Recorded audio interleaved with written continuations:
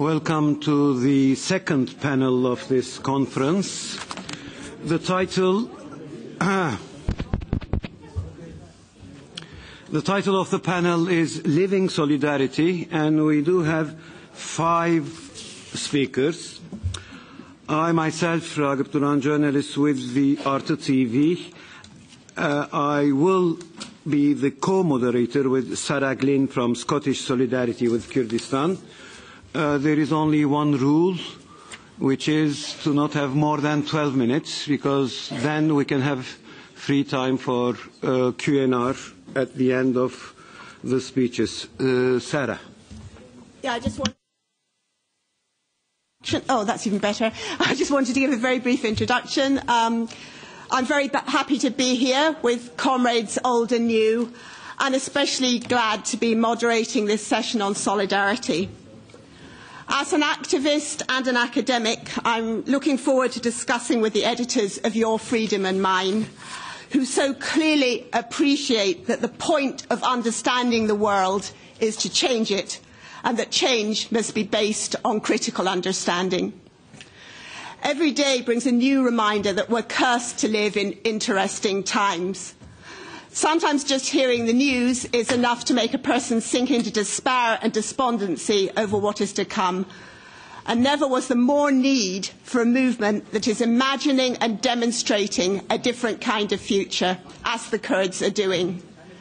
And yet, as we're all of us only too aware, that movement is being forced to struggle against threats from all sides. Every regional and imperial power has its own selfish reasons for opposing the Kurdish project. And even as I was preparing these few words, I learnt that some of our Kurdish comrades in Edinburgh have been arrested and questioned by police under the Terrorism Act, which continues to outlaw anything they deem might possibly be connected with the PKK. This persecution makes support from out with the Kurdish community all the more important. In building solidarity with the Kurdish struggle, we're showing our support for a people who've been under attack for 100 years, but also for a people who are showing us the way forward. After 4 decades of defeat, left movements across the world have lost their way. The Kurds have opened up a new path and invited us all to join them down it. It's a path that builds on left history, but also learns from past mistakes. Like all struggles that matter, this can't be taken lightly. It's not an add-on extra for the end of the day. It imbues every activity and thought. And if there's one thing that impressed me most strongly from my visit to northern Syria, it was the belief that resistance is life. The people we met were taking charge of their world, and the resistance to old constraints was becoming the force for creating a new society. It is the active involvement of local communities across the region that's cutting the new path and making progress possible. To this Scottish activist, battling the inertia of fatalism and despair in Britain, observing this was like a breath of fresh air. We can help to make it a massive wind of change. International solidarity is vital to protect both the Kurdish people and the revolutionary ideas that they have gifted all of us, and which we can help to spread. The Kurdish struggle is a struggle for all of humanity and has to be our struggle too. So I'm very pleased to begin by introducing Federico Venturini, who is one of the editors of Your Freedom and Mine. And, well, he ticks all my boxes. He's involved in urban social movements, he's involved in militant participatory research, and involved with social ecology, what not to like, and has also been part of the Imrali Peace Delegation. So, Federico, over to you. Oh, you're over there. Okay, even better. Hello. Can you hear? Can you hear? Yeah. So, good afternoon to everyone. First of all, I would like to thank the organizer of this conference for the opportunity to be here. When I was invited to this conference, I was asked to elaborate around the concept of towards a new international solidarity. I've been invited as a member of the Imrali peace delegation, an EUTCC-sponsored peace delegation that traveled several times in Turkey for the purpose of meeting with ÖCALAN and resuming the dialogue between Turkish officials and the Kurdish freedom movement. The delegation had also several meetings in Strasbourg at the Council of Europe with politicians and the European Committee for the Prevention of Torture and Inhumane or Degrading Treatment or Punishment, as called the CPT. From this effort stemmed the publication of a book in solidarity with the Kurdish freedom movement, entitled Your Freedom and Mine. This publication offers crucial insight into the dramatic reality of and prospects for the Kurdish question in Turkey, combining history, geopolitics, philosophy and human rights. The book has three main goals. The first is to present an informed historical account and political analysis of the Kurdish question, drawing on original material and first-hand accounts. To embrace the diversity of experience, we have given space to authors with different styles and different backgrounds, including activists, lawyers, politicians, journalists and academics.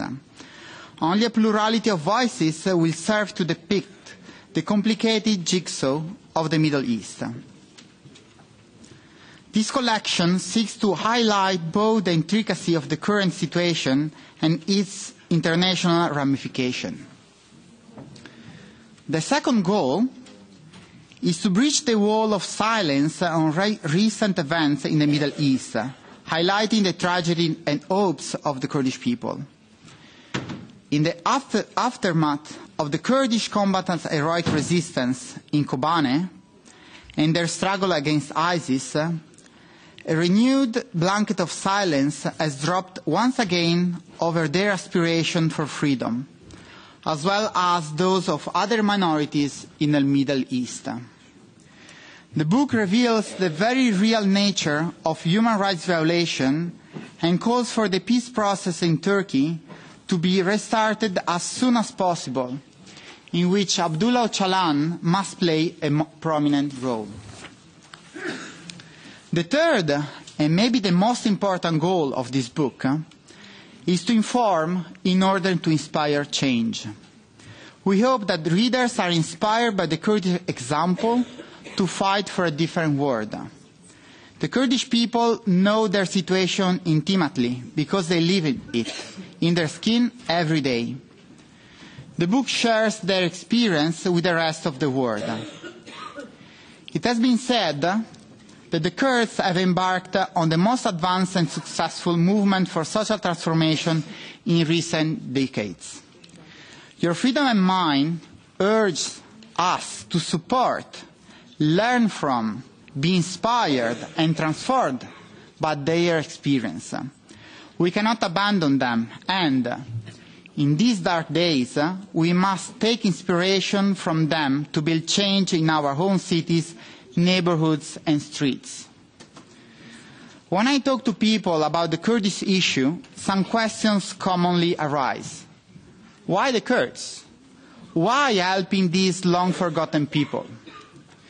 As a human being, I cannot remain unmoved by the dramatic news of never-ending human rights violation and oppression coming from Turkey and more in general from the Middle East.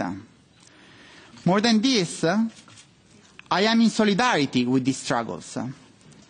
Paraphrasing a famous Aboriginal saying from the 70s, I'm not helping the Kurdish freedom movement for the sake of it, but I work with them because I understand that my liberation is bound with theirs. I'm here not by a sense of charity for the Kurds, but because I believe our own struggles are intimately linked with theirs and those of many others in the world. This means being in solidarity. As an internationalist, I call for unity and cooperation between all the oppressed of the world and actively help struggles for freedom all around the globe. A solidarity is needed between different struggles, one that should be built on respect for the historical context of each struggle and be mirrored by a theory able to accommodate the specificity and learning of different experiences. However, we should bear in mind two important aspects. First, being in solidarity does not mean a critical acceptance of the other, but is based on mutual respect and understanding. Avoiding the idealization of any movements is necessary to maintain a critical attitude towards their theories and practices, precisely so that we may continue to move forward. Second, being in critical solidarity is crucial because it allows us to learn from other experiences, helping us not to fossilize in our struggles and pretend that our way is the right or best way to do things. It helps us keep our minds open and receptive. It is a chance to grow. Then it is necessary to elaborate and reinvent ourselves in different contexts and times, building a culture of resistance that is able to speak to our struggles. A culture of resistance that nowadays is much more needed. In a period where democracy is at stake and facing an imminent climate catastrophe, we are confronted with an important task: offering a valid and feasible alternative to the current social, political and economic system. However, so far no option seems to oppose a rise of nationalism and populism all around the globe. If you go back to the question, why the Kurds? It is important to add that the Kurdish freedom movement has been capable to conquer the heart and mind of the Kurdish population. Against all odds, in difficult situations, they managed to outline a theoretical paradigm that is proposed as an alternative to the contemporary form of capitalism, that ÖCALAN calls capitalist modernity. This innovative paradigm is called democratic confederalism and based on three pillars: democracy, gender liberation, and ecology. This new political project proposes at its core democratic autonomy, which constitutes a form of self-organization and self-government from the grassroots, based on the concrete practice of egalitarianism, solidarity, sharing, a new relation with nature, gender equality, direct and participative democracy, tolerance, and self-defense. However, these principles are not just written desires, but are put in place in daily life, both in the northern part of Syria and the southeast of Turkey. The municipalities in southeast of Turkey, administered by the BDP, were a laboratory of innovation until the collapse of the peace talks in 2015 and the repression that followed the coup d'état in 2016. The Kurdish proposal of democratic confederalism does not ask for an independent Kurdish state, but a confederalist Turkey or Syria, where all social groups can achieve autonomy and self-governed freedom. New forms of democracy are taking shape from the bottom up in the form of neighborhood assemblies, thematic assemblies, confederation of assemblies. Assemblies and groups are managed through a co-president system where the presence of a woman is always ensured. In this way, not only the role of women is recognized, but power is also so diffused, ensuring checks and balances, being not only a person in charge. Parallel assemblies at all levels, composed exclusively by women, are recognized, ensure not only a female empowerment, but that the decisions that affect women are taken only by women. Projects for ecological awareness and preservation are paving the way for a different sustainable relationship with nature. A cooperative model is under test in order to understand if it is a valid alternative to the current unequal economic system. All of these projects are taking place in Syria during a civil war and in Turkey against hard repression. They represent new promising alternatives that speak loudly to the challenges that we are facing in Europe. And here I'm arriving to the conclusion.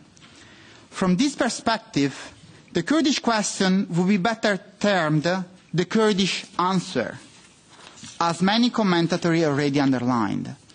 Democratic confederalism offers the answers to many of today's challenges, from ecological destruction to gender or economic inequalities. Think about what the democratic confederalism can offer to Scottish or Catalan independent movements. A way out from the deadlock that they are facing with the United Kingdom or the Spanish nation-states. Other examples are countless. The Kurdish project can be an invaluable source of inspiration. In a dark age of nationalism and capitalism, it seems that the left has lost its way. Looking at the Kurdish answer can help to build a culture of resistance seems crucial to analyze and recreate practices that can enable social change. Being in solidarity with the Kurdish freedom movement is not only limited to a few days of meeting and discussions. It also means to continue to work in solidarity with that struggle and continue to build our own struggles. From the Kurds, we have much to learn. And this, for me, means a real international solidarity. Thank you.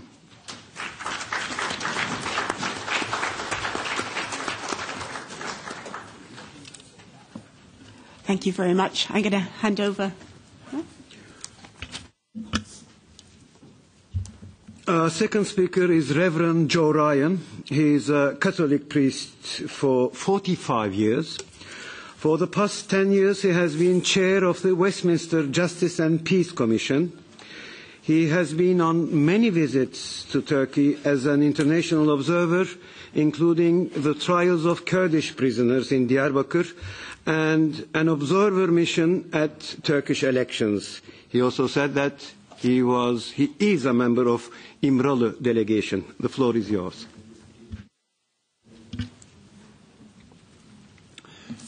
Thank you, and it's a privilege to be here on this auspicious occasion on the 15th International Conference. My mantra over the 10 years that I've been involved in the Turkish-Kurdish question has been, please tell my story. This was the request of some of the relatives of those who were on trial in a special Diyarbakir court in October 2010. The trial of the 151 prisoners was a showcase on the part of the Turkish government. Those on trial were politicians, lawyers, journalists and human rights activists and many others. It was a total sham. The prisoners were told when they gave their identity in the Kurdish language, they were told, this court does not recognize this language. This summed up to me at an early stage the kernel of the problem. Kurdish language, customs, history and culture are denied. The very essence of a people's existence is obliterated by non-recognition. Hence, you are nobody. If you are nobody, you don't exist. If you don't exist, you can be liquidated and nobody is held responsible or cares. All the rhetoric in the world cannot change this fact. Your rights are denied because you have no rights. If you raise objections, you are a terrorist. If you are branded as a terrorist, you are certainly considered having no rights, and therefore you are not listened to and can be disposed of with impunity. This is why the Kurdish people, even though they are much more eloquent than I will ever be, need others to speak on their behalf. As a member of the İmralı delegation, whose activities had been recorded in this book and so brilliantly edited by Jeff and Federico, it's a testament to the outline of the efforts we have been giving and making over a number of years. As a delegation, we have requested to visit the Kurdish imprisoned leader, ABDULLAH Öcalan, now almost 20 years in the prison in İmralı Island. Any attempts have failed, and as we have been hearing and aware, his family and lawyers have also been denied access to. We have requested members of the Council of Europe in Strasbourg to visit him. This has brought a very limited success, a vague report saying very little. We still demand the release of Abdullah Öcalan.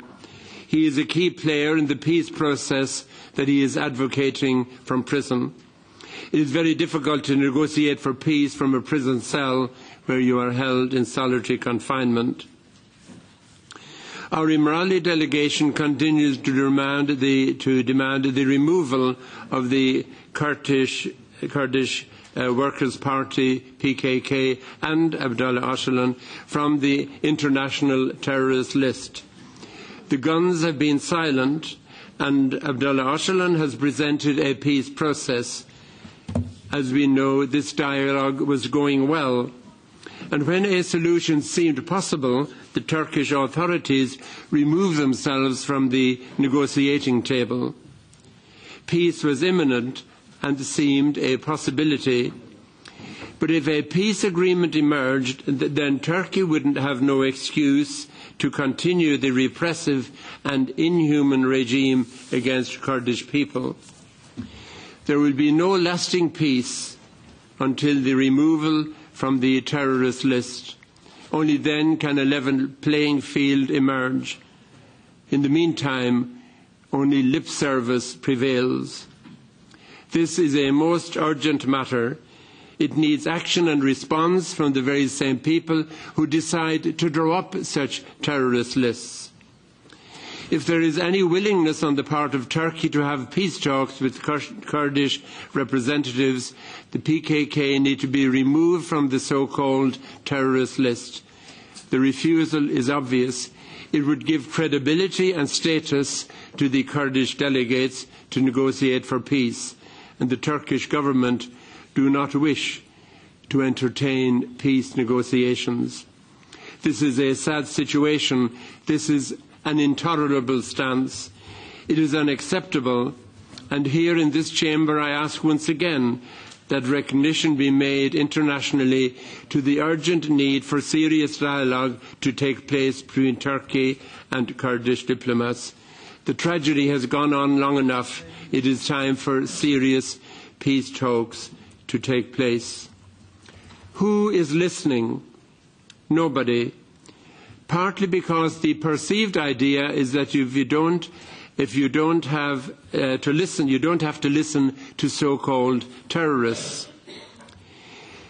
Where does the listing of terrorists begin?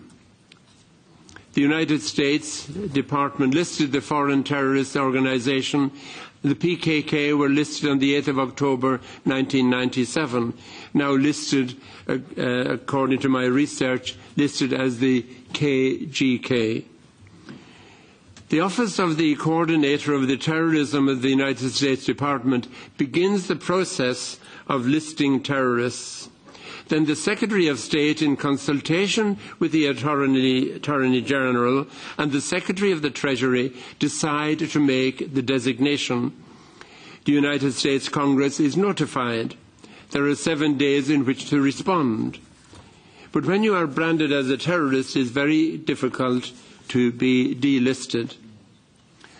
I understand that on the 6th of October 2018, a newly appointed Deputy Assistant Secretary of State for European and Eurasian Affairs, Mr. Matthew Palmer, announced during a visit meeting with Turkish government officials that the US Department of State's Reward for Justice program is targeting 3 senior members, I just give their first names, Murat, Şemil and Duran, of the Kurdistan Workers' Party, and has authorized rewards for information leading to their identification and location.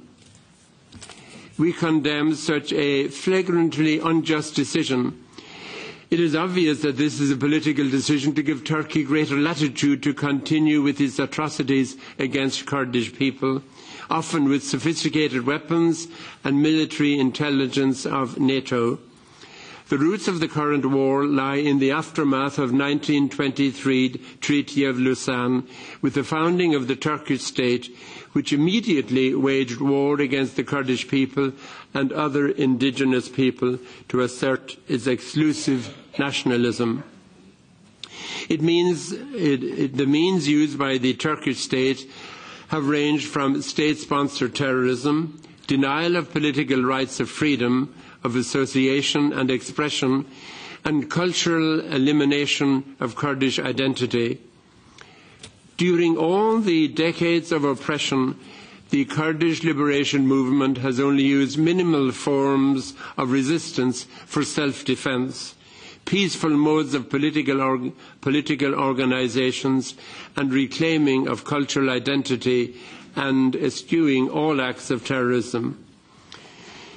On April 2014, Noam Chomsky, the Institute Professor of the Department of Linguistics and Philosophy in Massachusetts Institute of Theology, criticized the list drawn up by the State Department, and she said, "Why should we take the terrorist list seriously?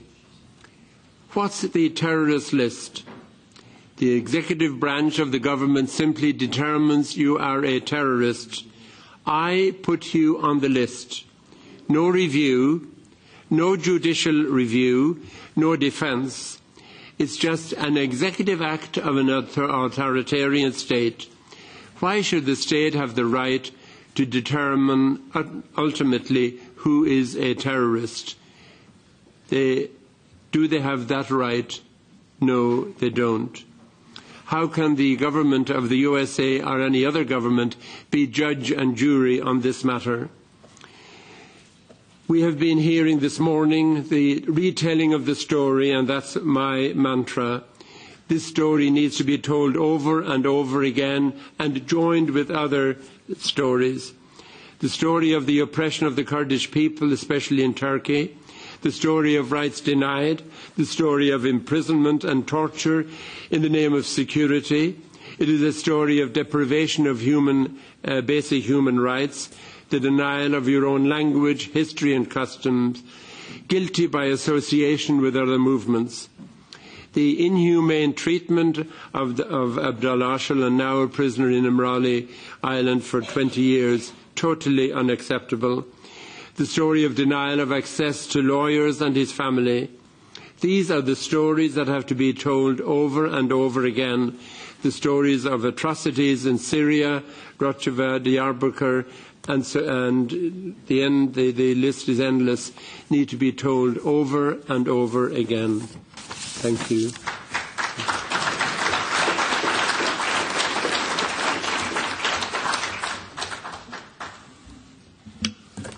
Thank you, Reverend Joe Ryan. I wonder if a Turkish religious man can make such a good speech. Fortunately, that I know that there are some Kurdish religious men who can speak as courageous as his British colleagues. Thank you very much. Sorry, Irish.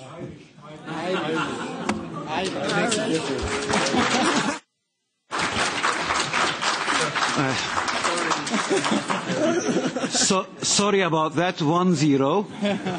But I should also say that you make a small revolution when you were speaking about MIT in Boston. If I didn't misunderstand, you said Massachusetts Institute of Theology, which is technology, as I know. What did I say? Technology? Yeah. You said theology. Deformation professionnelle. That's okay, 1-1.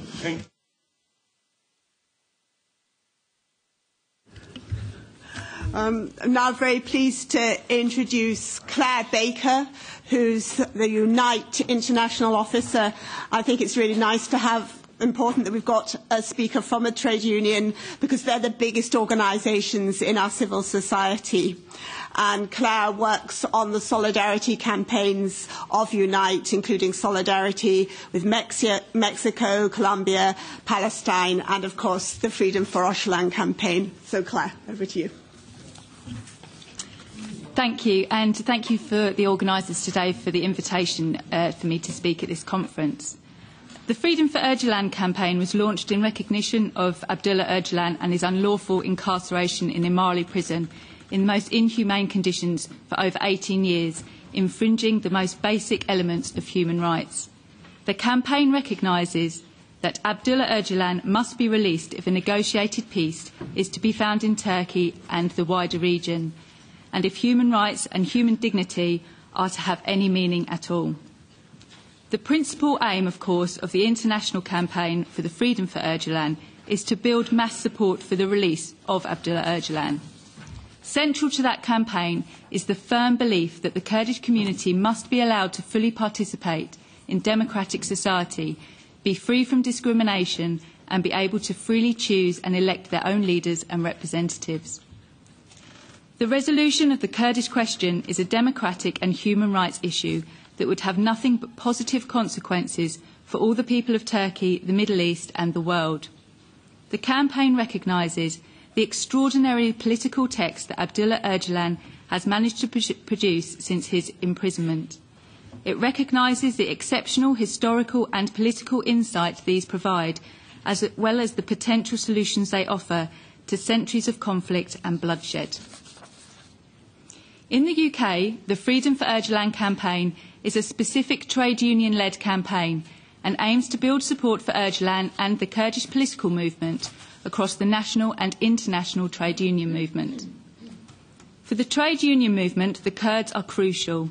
At the very centre of Öcalan's writing stands the principles of peace, democracy, equality, inclusiveness and tolerance. These are the very principles upon which the trade union movement was founded upon. The Society of Rojava, based on the writings of Öcalan of grassroots democracy and women's self-liberation, is not only a historic step forward for the entire Middle East, but it's also a huge inspiration for the trade union movement and one which we ourselves should learn from. Trade unions in the UK have a long honoured record of standing with the oppressed across the world. From South Africa to Palestine, Colombia to Cuba, the trade union movement has demonstrated its solidarity and spoken out whenever our own governments have denounced freedom movements as terrorists, as it did with the ANC and Nelson Mandela. In the UK, the campaign is going from strength to strength and includes 14 of the major trade unions along with the TUC. The campaign has held fringe meetings at the Labour Party and at the TUC congresses. The TUC itself passed a motion calling for the release for Öcalan and for support for the campaign by its affiliated trade unions in 2017.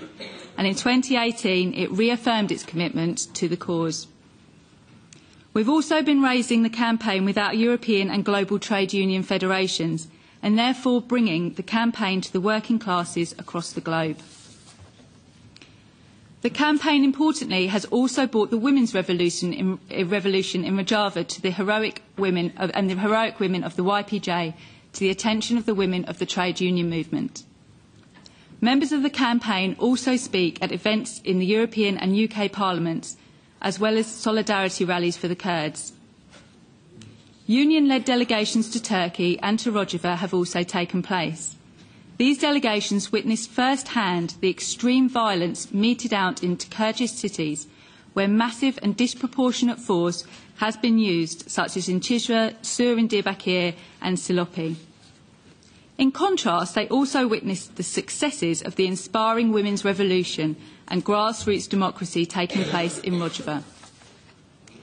And in a huge moment for the Freedom of Öcalan campaign, it was also the theme of the annual Durham Miners Festival in 2018.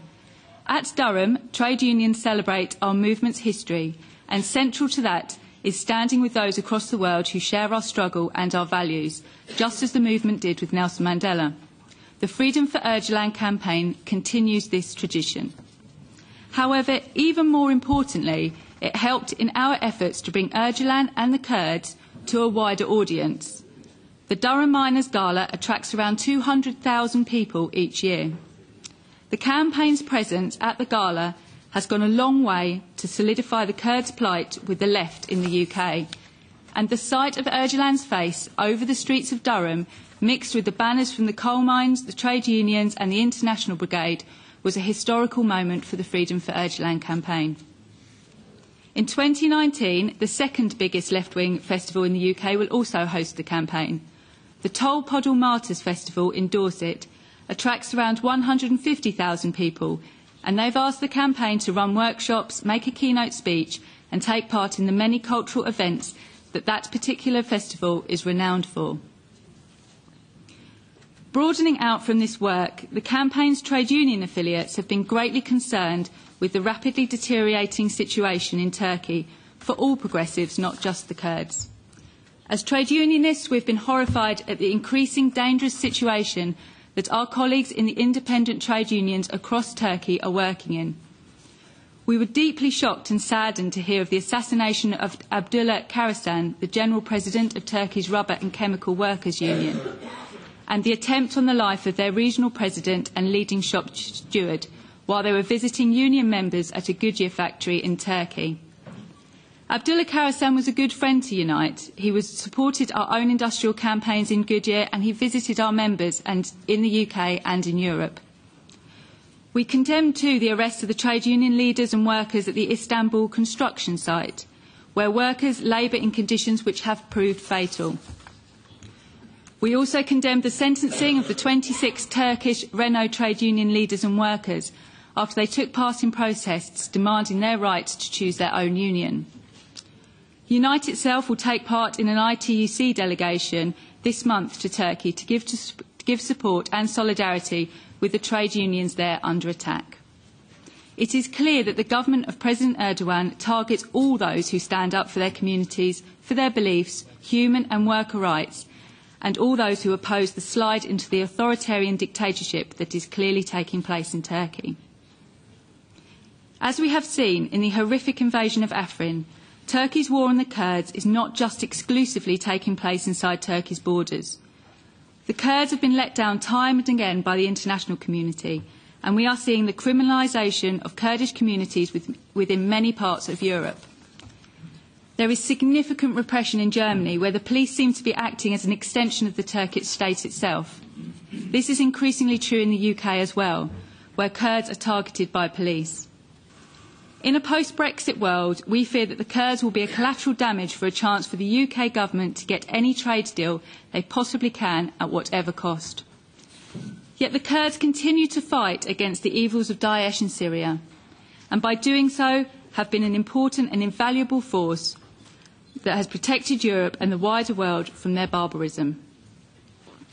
The YPJ fight against Daesh is not only a fight to protect their communities, but is also in a very real sense, a fight for women everywhere. For women who are underpaid, discriminated against, abused or victimised. The YPJ fights to empower women and to break patriarchy. And this is a message that the trade union movement takes to our hearts. It inspires us and it gives us hope in our own struggles.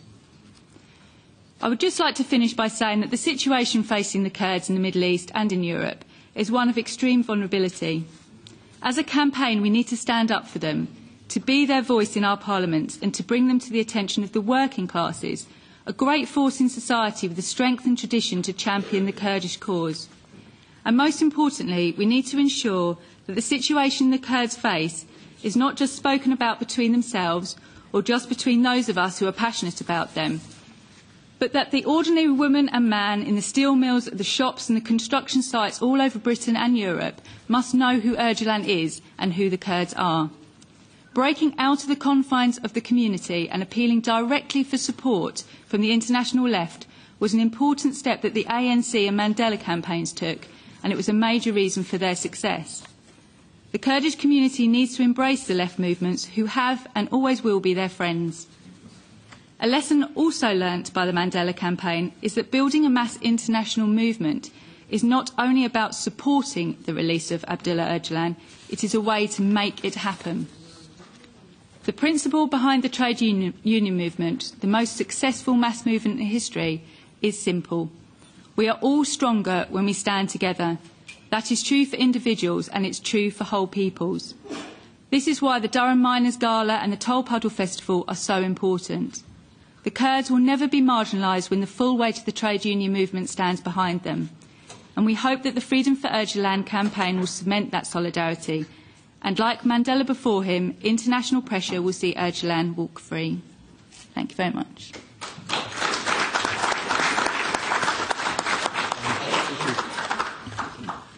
Thank you very much, Claire. And I'm now going to...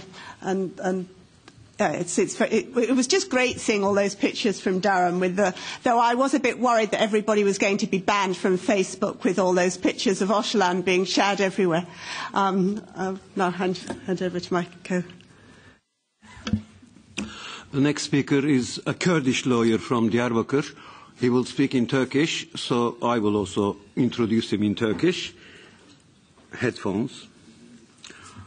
Mahmut Şakar, Diyarbakırlı bir hukukçu, avukat, aynı zamanda insan hakları aktivisti. 90'lı yıllarda ben de tanık olmuştum. Gazetecilere çok yardım eden bir Diyarbakır il başkanıydı. Daha sonra HDP il başkanlığını üstlendi. İstanbul'da üstlendi. HDP diye geçiyor burada. Ayrıca da Abdullah Öcalan'ın ilk avukat grubunun mensuplarından birisi. 2006'dan sonra hepinizin tahmin edeceği sebeplerle Batı Avrupa'ya geldi ve burada Alman hukukçularla birlikte Uluslararası Hukuk ve Demokrasi Derneği'nin kurucuları arasında yer aldı. Bu alanda çalışmalarını sürdürüyor. No? We're not getting any translation into English, I don't know.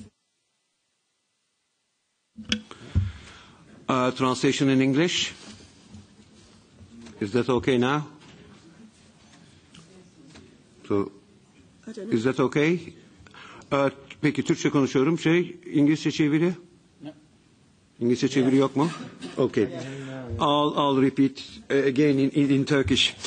Mahmut Şakar, Diyarbakırlı bir hukukçu, avukat, aynı zamanda insan hakları aktivisti.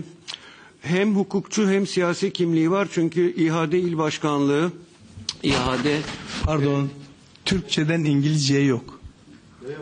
Türkçeden yok, Türkçe boş. Türkçeden değil, onu İngilizceden dinleyeceksiniz. Türkçeden İngilizce yapılıyor mu? Yok. So, is there a interpretation in English is okay? No, tamam yok varmış. İngilizce dinlemek için İngilizce kanalına geçmek lazım. Türkçe kanalından çıkmaz İngilizce. Devam ediyorum, uzatmayalım. Channel number 2 for English listeners. Hem siyasi hem hukuki kimliği olan bir arkadaşımız. 90'lı yıllarda Diyarbakır'da ben de tanık oldum. Gazetecilere yardım eden iyi bir İHAD başkanıydı. Aynı zamanda HDP yöneticiliği de yaptı.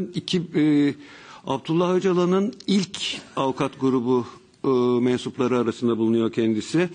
2006 yılında tahmin edebileceğiniz sebeplerle Batı Avrupa'ya geldi ve burada Alman meslektaşlarıyla birlikte Uluslararası Hukuk ve Demokrasi Derneği'ni kurdu.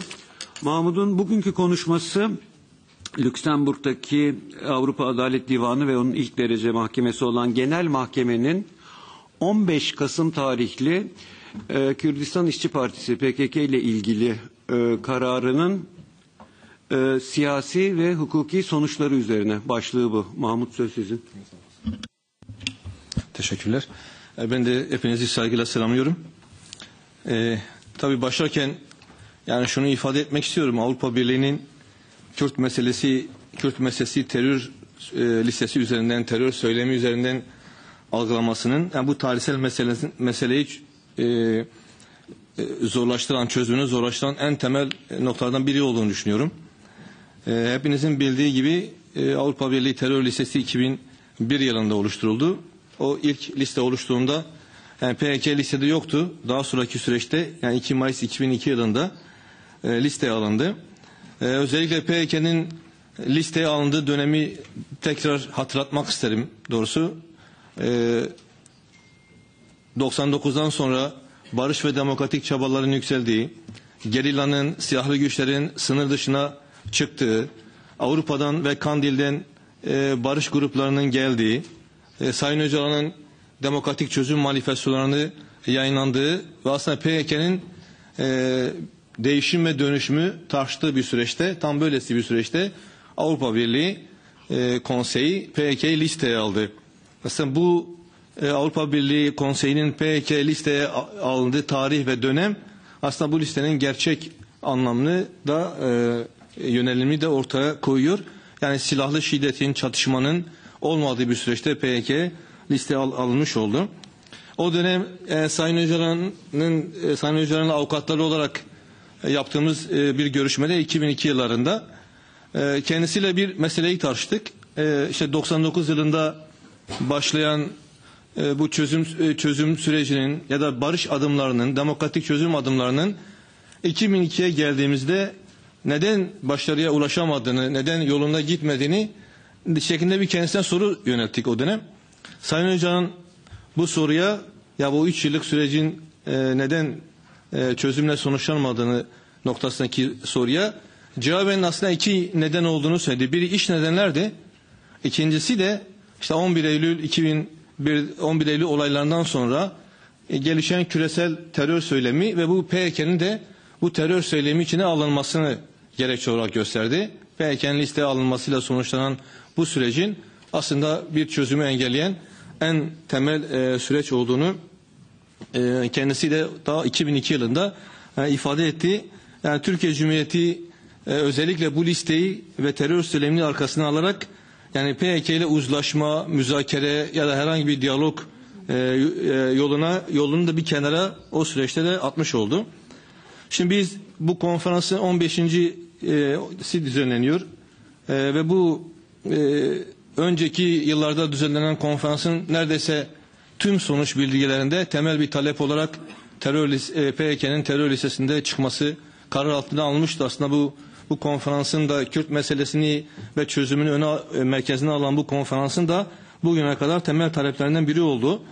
Ancak bu çözümü engelleyen en temel faktörden birinin de Avrupa Birliği Konseyi'nin Kürt meselesine, PKK'ye terör üzerinden yaklaşımı olduğunu bir kez daha belirtmek durumdayım. PKK'nın terör listesine alınması, Türk Devleti'nin bugüne kadar Kürt toplumuna karşı yönelttiği her türlü saldırıyı, hak ihlalini, katliama varan uygulamaların bir dayanağı haline gelmiştir.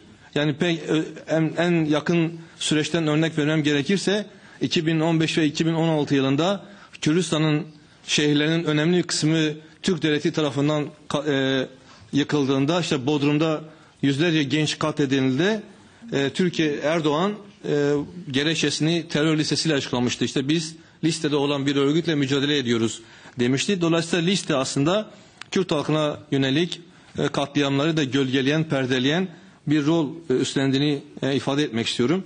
Yine aynı liste özellikle Avrupa'da yaşayan ve buranın bir parçası olan Kürt toplumunun ve onun siyasal ve demokratik çalışması yürütenlere karşı da bir baskı mekanizması haline gelmiştir. Kürt halkının sesi Avrupa'da da bu liste gerekçe göstererek kesilmek istenmiştir. Demokratik gösteri hakkı, düşünce ve ifade özgürlüğü bu listeden kaynaklı olarak Avrupa'da yok sayılmıştır. Bu listeyle Kürt halkı aslında Avrupa demokrasisinin sınırlarının dışında tutulmuştur. Özyesi Avrupa Birliği Konseyi'nin liste siyasetinin kendisi bir hak ihlalini gerçekleştiren bir araca dönüşmüştür. Yani bir baskı aracına dönüşmüştür. Kürtlerin Avrupa'dan maruz kaldığı, Kürt toplumunun Avrupa'dan maruz kaldığı tüm cezai ve idari soruşturmalar ve yaptırımlar bu listenin doğrudan sonucu olarak gerçekleştirmiştir. Avrupa Birliği Konseyi tarihsel bir meseleyi listeye sıkıştırarak aslında Türk Devleti'nin Kürt imkanı dayalı kolonyalist siyasetine katkı sunmuş, bunun bir parçası ve savunucusu olmuştur. İşte bu kısaca ifade ettiğim bu listeye karşı 2014'ten bu yana bir hukuk mücadelesi başlatılmıştır. 1 Mayıs 2014'te bu listeye karşı Avrupa Adalet Divanı'nın Genel Mahkemesi'nde bir dava açılmıştır ve Genel Mahkeme 4 yıllık bir müzakereden sonra hukuki süreçten sonra 15 Kasım 2018 tarihinde kararını açıklamıştır. Bu davanın genel mahkemenin karara bağladığı bu dava 2014 ve 2017 arasındaki 8 ayrı listeyi esas almıştır. Biliyorsunuz liste her 6 ayda bir güncellendiği için dolayısıyla bu yıllar arasındaki listelere karşı dava açılmıştır. İlk açılan dava 10 Şubat 2014'tür ve Ağustos 2017'de dava süreci kapatılmıştır. Çünkü 18 Nisan'da Lüksemburg'da bir oturum düzenlendi, duruşma düzenlendi ve bu duruşmanından hareketle de mahkeme kararını gerçekleştirdi. Avrupa Birliği Konseyi'nin PKK'yi listeye alması gerektiren 4 tane argümanı vardı ve mahkeme bu 4 argümanı da çok güçlü gerekçelerle çürütmüştür. Bunlardan bir tanesi Kürdistan'da gelişen PKK ile devlet güçleri, silahlı TSK arasındaki çatışmaları gerekçe olarak göstermiştir. Türkiye üzerinden gelen bilgileri gerekçe olarak göstermiştir. Ama mahkeme Türkiye üzerinden gelen bilgilerin hukuki denetten geçmediğini, gerçekliğinin tartışmalı olduğunu ve dolayısıyla 3. bir ülkeden gelen böylesi bu tür bilgiler dayanarak bir liste oluşturulamayacağını ifade ederek bu gerekçeyi bir kenara bırakmıştır. Biz de hukuki süreç içerisinde bu listedeki yer alan tüm olayları tek tek incelemiştik zaten ve bu olayların önemli bir kısmını JITEM tarafından, kontrgele tarafından gerçekleştirdiğini ortaya koymuştuk. Dolayısıyla PKK mal edilmek istenen pek çok olayın muhatabının da devletin kendisinin olduğunu da bu süre içerisinde ortaya koymuştuk. İkinci temel gerekçe ABD'nin ve İngiltere'nin PKK'yi listedeki gerekçelerini aynen Avrupa Birliği Konseyi üstlenmiştir.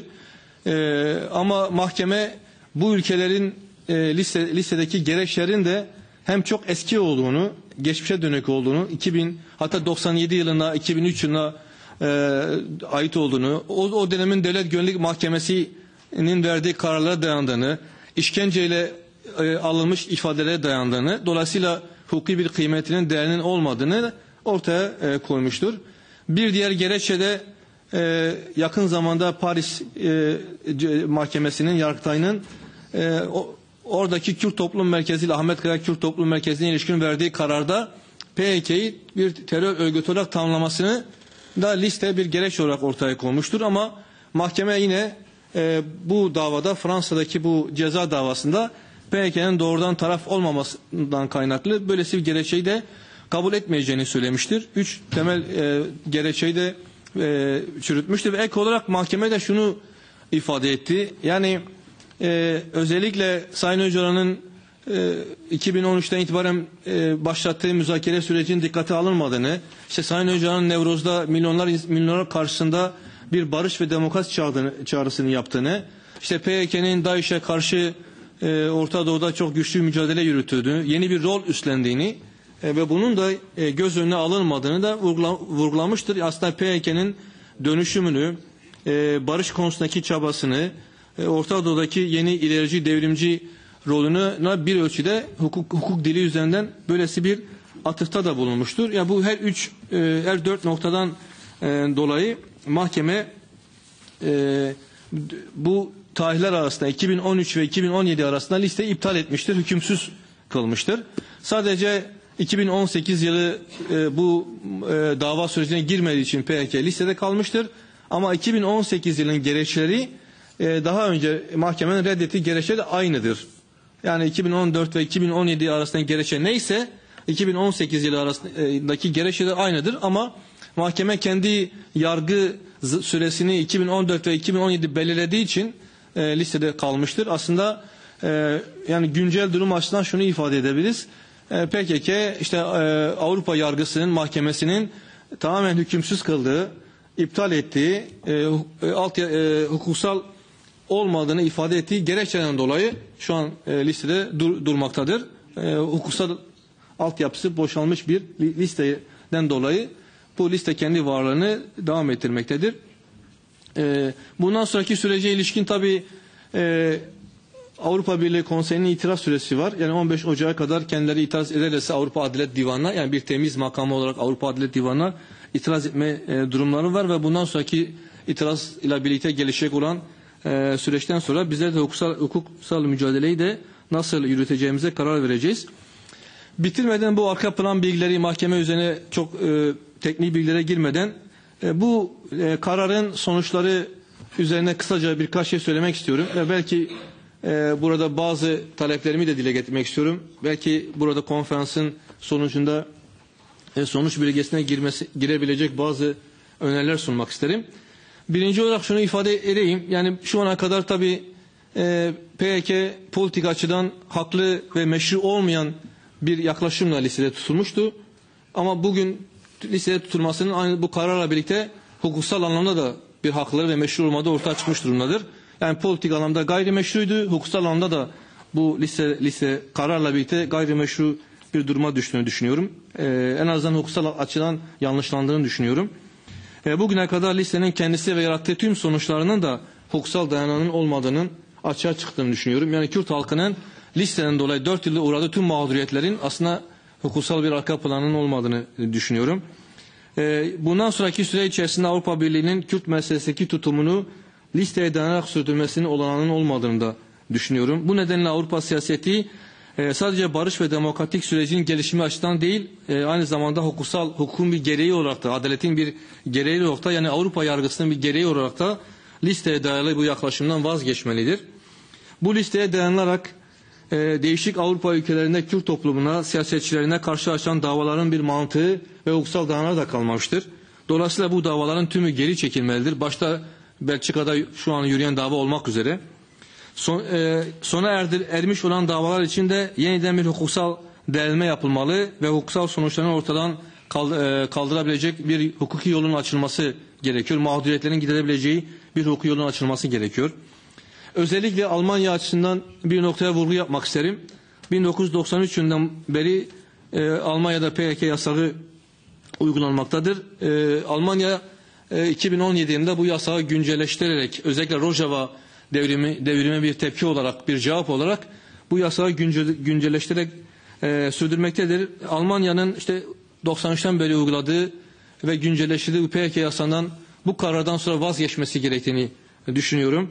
Özellikle Almanya'da Kürt siyasetine karşı açılan Alman Ceza Kanunu'nun 129. B maddesinin bu bu genel mahkemenin kararından sonra anlamsızlaştığını düşünüyorum. Çünkü Alman Ceza Kanunu'nun 129 B maddesi uluslararası bir terör örgütü olma suçunu düzenliyor ve dayanağını da terör listesinden alıyor. Dolayısıyla bu kararla birlikte aslında Alman Ceza Kanunu'ndaki bu maddenin mantığı da dayanağı da ortadan kalkmış durumdadır. Dolayısıyla şu an halihazırda devam eden bu yargılamaların da sona erdirilmesi gerektiğini düşünüyorum. Bundan sonraki süreçte tüm demokratik kamuoyunun, özellikle Avrupa Parlamentosu ve ilgili tüm kurumların Avrupa yargısının bu kararının politik merciler tarafından yerine getirilmesi için bir basınç uygulaması gerektiğini düşünüyorum. Avrupa Birliği Konseyi'ne PKK'nın bir kez daha listeye alınmaması için çok sağlam, çok güçlü çağrılar yapılmalıdır. Ve tek tek tüm Avrupa ülkeleri de liste oluşturumu gündeme geldiği zaman PKK'nın yeniden listeye alınmasına karşı veto haklarını kullanmaları gerektiğini düşünüyorum. Bu noktada çaba gösterilmesi gerektiğini düşünüyorum. Son olarak da şunu ifade etmek istiyorum. Bugün Erdoğan rejimi sadece ve sadece Kürt meselesinde şiddeti arsızca kullanmak kapasitesine dayanarak varlığını korumaktadır. Erdoğan'ın etrafında gerçekleşen uzlaşı Kürt halkına karşı şiddet uygulama ve imha etme noktasında bir uzlaşıdır. Sadece kuzey değil, Kürdistan'ın tüm parçaları Türkiye'nin Erdoğan'ın bu tehdidi altındadır, imha tehdidi altındadır. Erdoğan rejiminin soykırıma varan bu şiddet siyasetine gereç olarak kullanılabildiği tek argüman terör söylemidir. Avrupa'nın demokratik tüm değerlerine sırtını çevirmiş gerici ve tehlikeli siyaset Avrupa Birliği terör listesine dört elle sarılmaktadır. Erdoğan rejiminin aşılması, demokratik siyasetin önünün açılması, şiddet ve faşizan zihniyetin geriletilmesi için Erdoğan'ın elindeki bu silahın alınması gerekiyor. Bu artık Avrupa için gerçekten bir samimiyet testi olacaktır. Genel mahkemenin bu kararı da çok önemli ve tarihi bir fırsattır. Bu fırsatın değerlenmesi için sadece politik partilerin değil, tüm demokratik kurumların ve şahsiyetlerin de katkı sunması gerektiğini düşünüyorum. El birliğiyle mahkemenin kararını gerçek bir adalete ulaşmanın aracı haline getirmemiz gerektiğini ve bununla da barışın ve demokrasinin önünü açabileceğimizi düşünüyorum. Hepinizi tekrar selamlıyorum.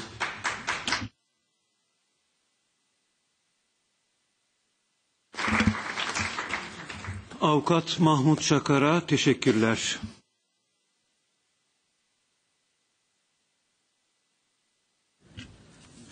So our final speaker this afternoon is Jeff Miley, who's a lecturer in political sociology, but he's that rare, good sort of lecturer who's also an activist. And he's got a very ambitious current project on comparative struggles for self-determination in the 21st century. So the whole world, I guess, you're looking at, Jeff. We were very pleased that he was recently up in Scotland as part of his tour about the book Your Freedom and Mine, of which he is one of the editors, and he's written a large part of it, including a really, really useful, comprehensive historical background, which certainly is very useful for me, and I'm sure it will be for lots of other people. And I think there are copies of the book here for people who want it as well, just to remind you. So I'll hand over to Jeff. Yes. Yeah, thank you very much. It's an honor to get the chance to speak here again. I was here last year also speaking, and today on this panel as well, very important interventions with respect to this question of what international solidarity must look like in the 21st century. And I do think that the international campaign of solidarity, particularly with the Freedom for Öcalan campaign, is very important. It's important that people spread the message of Abdullah Öcalan, and I myself have been committed to doing that. This book that we have recently published is part of getting that message out, and I think it is urgent that we do so.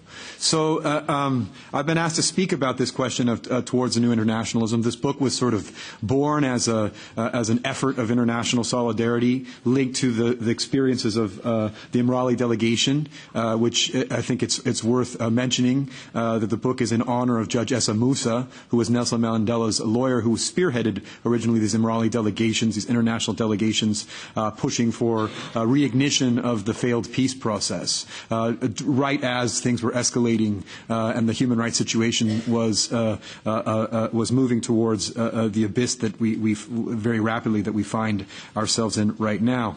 So, but there's been a lot said about the situation in Turkey and in the Middle East more generally. I want to focus on why I think Öcalan and his message is so important. But I think to begin, and why it's not just about why, very much like what Federico was saying, that the international solidarity is not at all about charity, but actually the Kurdish freedom movement is at the vanguard of a struggle which is a global struggle, a struggle for the very existence of humanity. So let's begin with a diagnosis of the situation so we can understand that even though we sit here in Europe and it seems like this Kurdish struggle is somewhere else, that the struggle that the Kurdish freedom movement finds itself in the trenches of is the struggle for the future, the very future of humanity. So this is something I wrote a while back, and I think this we begin with a diagnosis and then we turn to talk a little bit about the significance of Öcalan's message, the Kurdish answer, as Federico says, and then some of the strategic impasses, and I'll have some things to say about what I think internationalism requires going forward. In terms of the diagnosis, humanity and all life on the planet are under serious threat of extinction. The tyranny of the plutocrats and the warmongers has most perversely inverted Fukuyama's prophecy about the end of history, giving it a self-fulfilling apocalyptic twist.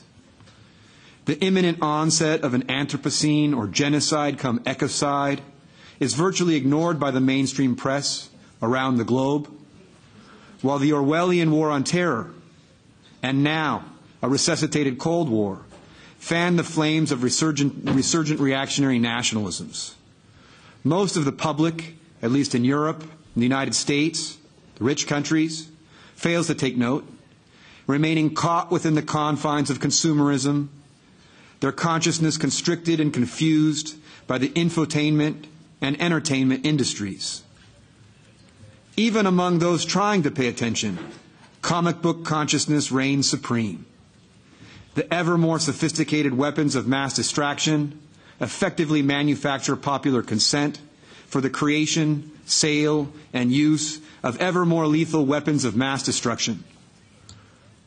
While the multinational corporations collude to contain and control the global governing institutions, including this Parliament here, rendering them unaccountable to the vast majority of humanity, oriented instead towards securing the production and reproduction of ever more unfettered market relations at the behest and in the service of the greed and rapaciousness of the privileged few. A collective existential crisis for humanity, consumed by the quest for freedom as domination, as if propelled by a spiraling dialectic of creation and destruction. The anti-capitalist left has been thoroughly demoralized. The revolutionary flame all but extinguished by the defeat and by the crimes of state communism. And yet, and here's where the Kurdish freedom movement comes in. Resistance flares up again and again. Wherever there is tyranny, sooner or later resistance emerges. The human spirit, its determination, its resilience, indeed its propensity to engage in collective struggle against injustice, can only be suppressed for so long. The urgent problems, the entrenched obstacles to collective rationality that humanity must face and successfully surmount if we are to survive are immense and global in scope. And so we desperately need a new internationalism to help coordinate and connect local struggles against unjust hierarchies and intersecting systems of domination of class, of ethnicity and race, of gender, over nature. The time is now or never. So that's the diagnosis of the situation. It is grave and it affects all of us. All of us. Some people are in the trenches and other people can, for the time being, continue to live in a bubble, but this bubble will burst and is bound to burst. And so let me just say, I came to the Kurdish movement. I had the fortune of having a student come to me at Cambridge by the name of Dilar Diritz, who writes the foreword of this book, Your Freedom and Mine, and invited me on an academic delegation to Rojava back in December of 2014, when Kobane was still under siege. So I had the fortune of experiencing what is a very difficult situation, obviously, but nonetheless very inspiring to see something that I had only read about in books, you know.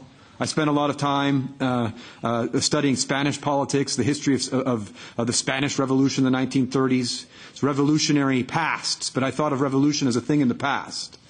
And to witness this revolution as it was taking place under the most grave and grievous of circumstances of total war, nonetheless was in one respect very, very inspiring to see this will to resist, this heroic resistance.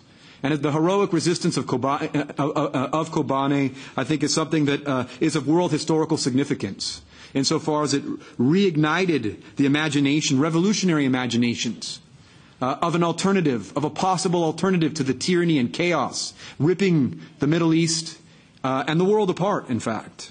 So in the first instance, I think I see the Kurdish freedom movement and the Kurdish answer to the problems of capitalist modernity, the contradictions as they get more and more exacerbated. In the first instance, the Kurdish answer, and something we all have to learn about and learn from the Kurdish movement, is this heroic will to resist. And it's a revolutionary flame of resistance that the Kurdish movement is not unique historically, but it may be unique at this moment in history, keeping this flame alive. And as someone who comes from the United States, such a culprit with respect to the situation in the present, but also historically, it reminded me some of this will to resist, this heroic will to resist. It reminded me of the narrative of the life of Frederick Douglass, something I read in high school and college in the United States. Frederick Douglass was a slave in the United States, someone who experienced the worst form of unfreedom, the worst form of tyranny, but managed to achieve his freedom and became a prominent advocate in the struggle for abolition, emancipation from slavery, and wrote eloquently about his experiences. And there's something that he says in this is the first volume of his autobiography, which rings very true, and I see the continuity between the struggle for freedom, as Frederick Douglass articulates that struggle, and the struggle for freedom that the Kurdish freedom movement is engaged in, and that we all need to be engaged in if humanity is to survive. In the first part of this book on the narrative of the life of Frederick Douglass, he talks about all of the things that he experienced. What he talks about, he refers to it as a socialization into subservience, a socialization into assuming his position, his condition, his lot in life as a slave. And then he turns and he tells how a spark of resistance came, how he came somehow inexplicably. He decided that come what may, he would resist. And he gets involved in a struggle, a physical struggle, in fact, with his slave driver, someone who his owner, who had been relatively benevolent, had rented him out to.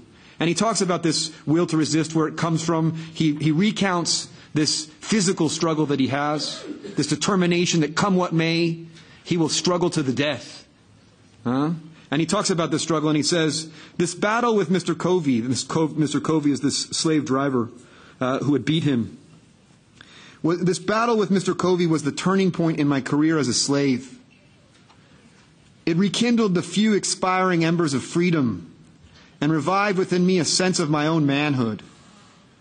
It recalled the departed self-confidence and inspired me again with a determination to be free. The confidence, the gratification, and determination to be free. The gratification accorded by the triumph was a full compensation for whatever else might follow, even death itself. He alone can understand the deep satisfaction which I experienced, who has himself repelled. He only can understand the deep satisfaction which I experienced, who has himself repelled by force the bloody arm of slavery. I felt as I never felt before. It was a glorious resurrection from the tomb of slavery to the heaven of freedom. My long crushed spirit rose. Cowardice departed. Bold defiance took its place. And I now resolved that, however long I might remain a slave in form, the day had passed forever when I could be a slave in fact. I did not hesitate to let it be known of me that the white man who expected to succeed in whipping me must also succeed in killing me.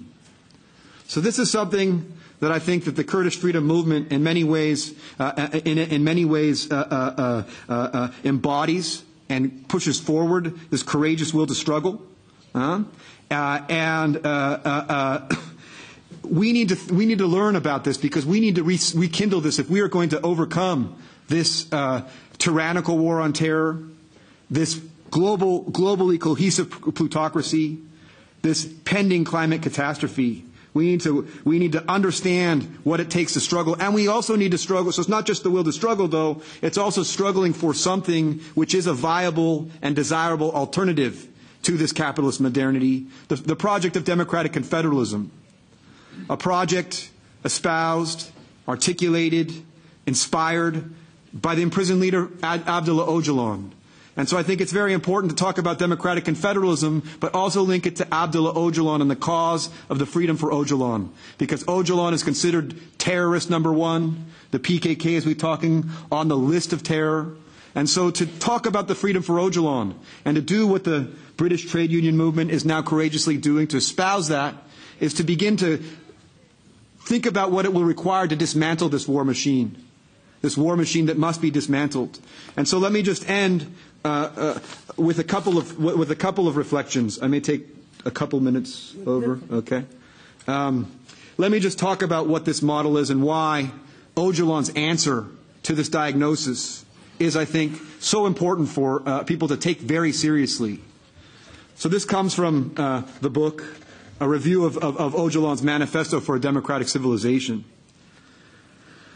All respect for Abdullah Öcalan, the imprisoned leader of the Kurdish freedom movement, chained to the rock of Imrali, He is a symbol, more than a symbol, the incarnation of resistance, resilience, and fortitude.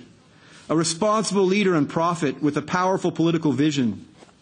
A vision that has inspired the revolutionaries in Rojava, in Syria, and that fuels the Kurdish resistance to Erdogan's tyranny in the southeast of Turkey.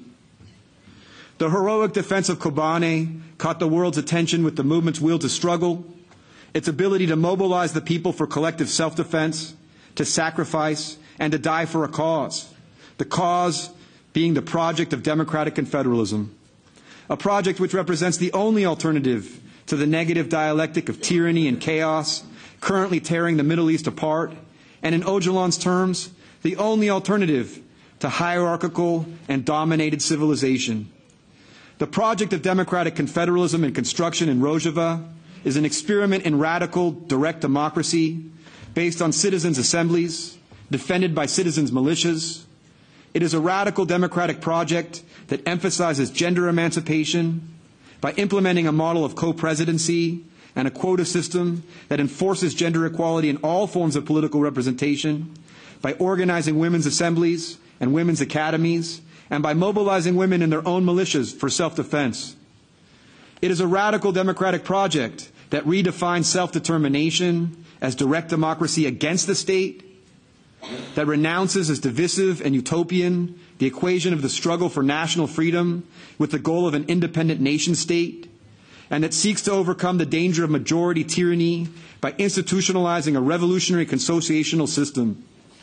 The social contract of such a consociational regime guarantees multi-ethnic, multi-linguistic, and multi-religious accommodation by implementing quotas for political representation, concretely for Arabs and for Assyrian Christians in Rojava, by direct assemblies of different constituent groups, and by mobilizing these groups in their own militias of self-defense. It is a radical democratic project that stresses the importance of social ecology and environmental sustainability in a place where the soil bleeds oil and imperial vultures circle in the sky. In sum, it represents an alternative to the dialectic of tyranny and chaos, an alternative to the colonial machinations of divide and conquer, a project that combines radical democracy, self-defense, gender emancipation, multicultural and multi-religious accommodation, as well as social ecology. This is a real roadmap for peace. The roadmap sketched by an imprisoned leader with a prophetic message, a man who, especially since his abduction, but even before, has even in the harshest of conditions been eloquent and prolific in elaborating his model of democratic confederalism, initially as part of his defense in his trial. Paradoxically, prison has proven a space of intellectual freedom for Mr. Öcalan, as it was for Trotsky, for Gramsci, for Malcolm X, even Mandela before him. While behind bars, he has spent much of his time reading, though with very limited access to books, writing, and reflecting upon his predicament, that of his people and that of the modern world. For this reason, he deserves our respect, and his message deserves to be spread. So I think one of the things that we, as internationalist people who come to the Kurdish movement, this I think is a very important thing for us to do, is to think about how we can spread that message. This past summer, I had the fortune to be in East Africa. I spent a lot of time organizing with people in the ghettos of Nairobi, a place called the Mathare Social Justice Center. And I was very inspired, and it made me very hopeful to see, first of all, the fact that they were already somehow converging on democratic confederalism, but also how receptive they were to the message. Nairobi is not just any place, of course. This is the place where Öcalan himself was abducted. To see in a place in the world where people have literally nothing to lose but their chains, in Mathare, a place that was once the place where the Mau Mau hid in Nairobi and now is a ghetto in the very worst of conditions.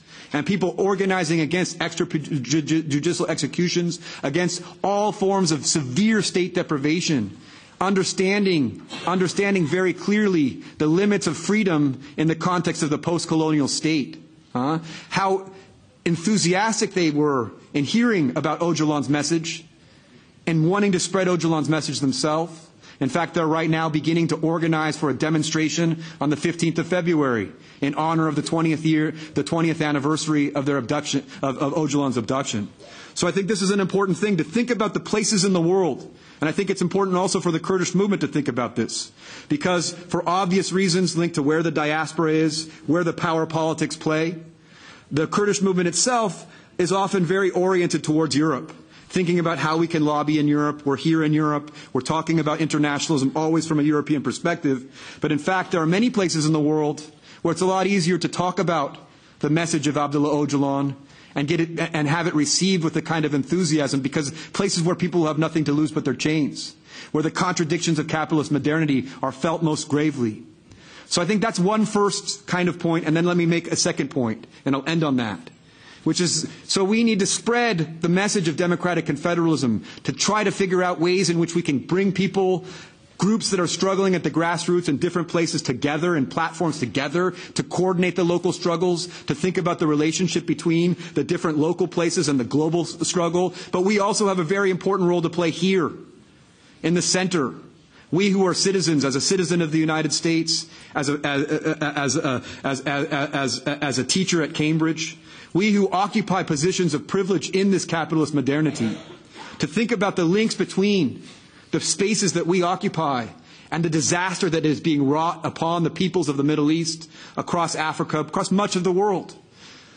So at the place where I teach, the University of Cambridge, which understands itself to be, propagates itself to be this space of learning, this space of truth, but in fact is silent on almost all of the important issues when it comes to this diagnosis that I made at the outset of this real existential crisis for humanity. Most academics keep their head down, follow their careers, don't speak out, and the silence, in fact, is not just silent, but it's silence that's caused by complicity. Complicity that is linked to a corporate takeover of the university, that is linked to the links that the university has with, fossil fuels industries, the war industry generally, the arms trade. And so we also see burgeoning, and there is hope, burgeoning an anti-war movement, a demilitarized, divest movement happening at the University of Cambridge. And we have to think about the links between these emergent movements, student movements, thinking about how we can defend the university from the corporate tyranny, from the complicity with the war machine, from the complicity with the plutocracy, and think about the links between these places and the other places around the globe. And I think that is the only way that we will move forward as humanity, to think that our struggles here are the same struggles in different places, but it is the same struggle for the future of humanity. And I think Öcalan and the Kurdish movement has kept that flame going, but they themselves, if we think about the situation in Rojava, the revolution itself is cornered, it's caught, it's in a dilemma where it is surrounded and forced to either collaborate with the United States or be pummeled by the Turks, or perhaps both. So the revolution, like all revolutions, for it to survive, must spread, and we as internationalists must try to make it spread. And with that, I end.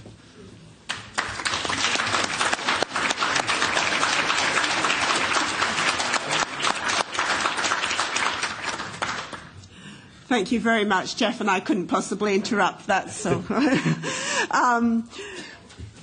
just a practical reminder that if people want to have access to a digital copy of the book, please approach either Jeff or Federico.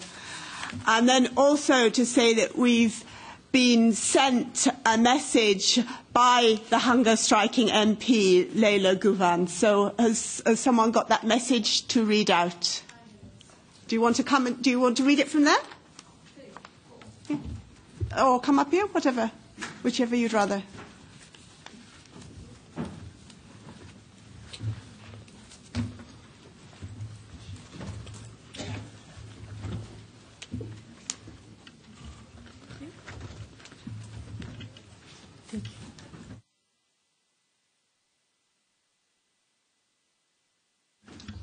Thank you. Distinguished conference delegation, I have learned through my lawyers that you are holding this yearly conference. Through my message today, I try to be among you. I want to greet you all with great respect from the prison in Amen.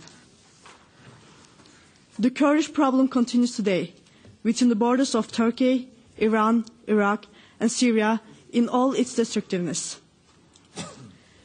Despite all genocidal policies the Kurds have survived for 100 years. They have resisted. The destruction and denial policies of the regional and international sovereign powers against the Kurds have failed. The Kurdish people's righteous and legitimate struggle for freedom has made them gain a great deal. The majestic resistance of the people of Rojava against Daesh, Al-Qaeda, and many other gangs has affected the whole world. The legitimate demand of the Kurdish people is a new system model being built in Rojava. Despite this just struggle, the Turkish state's aggression and occupation continues in Syria and Rojava. Sadly, nobody defines it as an occupation. The silence of Europe is completely unacceptable. Turkey's continuous use of refugees as a trump card and its arms purchases are among the main reasons for the silence of European countries. In the 21st century, the Kurds are being sacrificed for the benefit and the interests of others. We, as a people, are resisting against fascist powers. We have expectations from our European friends. First of all, the labeling of the righteous struggle of a people as a terrorism should stop immediately. I, myself, have been on hunger strike for 28 days. The reason is the absolute aggravated isolation of Kurdish people's leader, Mr. ABDULLAH ÖCALAN. I demand the termination of his solitary confinement and isolation. Isolation is a crime against humanity, and in international law, isolation is defined as torture.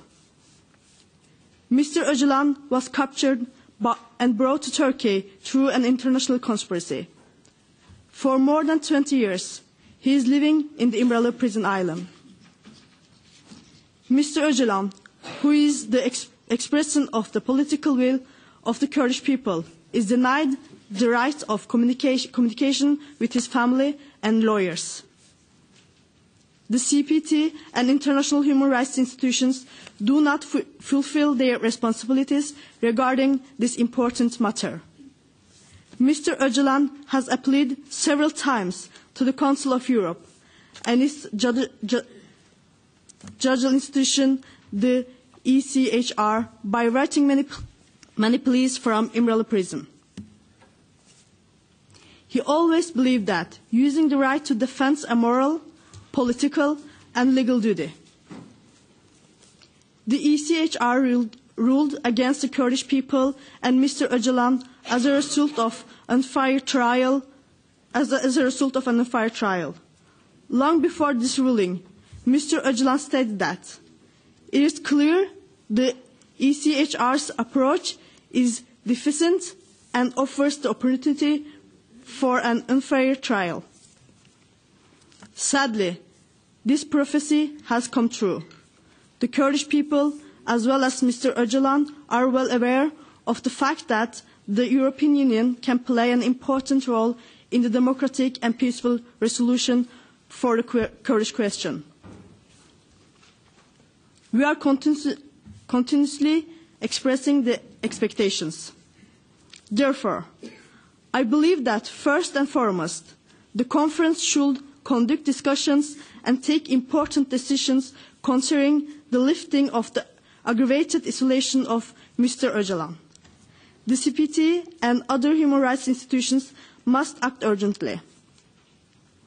Everyone should fulfill their institutional and human responsibilities as soon as possible. I started my action to protest the policies of both the AKP government and the international institutions, especially the CPT, which does not see the aggravated isolation of Öcalan.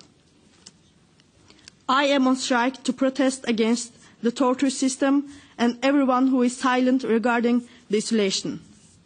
My action will continue until the situation is solved. I wish success to the delegation again, and I greet you all respectfully. Leyla Güven, Member of Parliament for Province of Hakkari.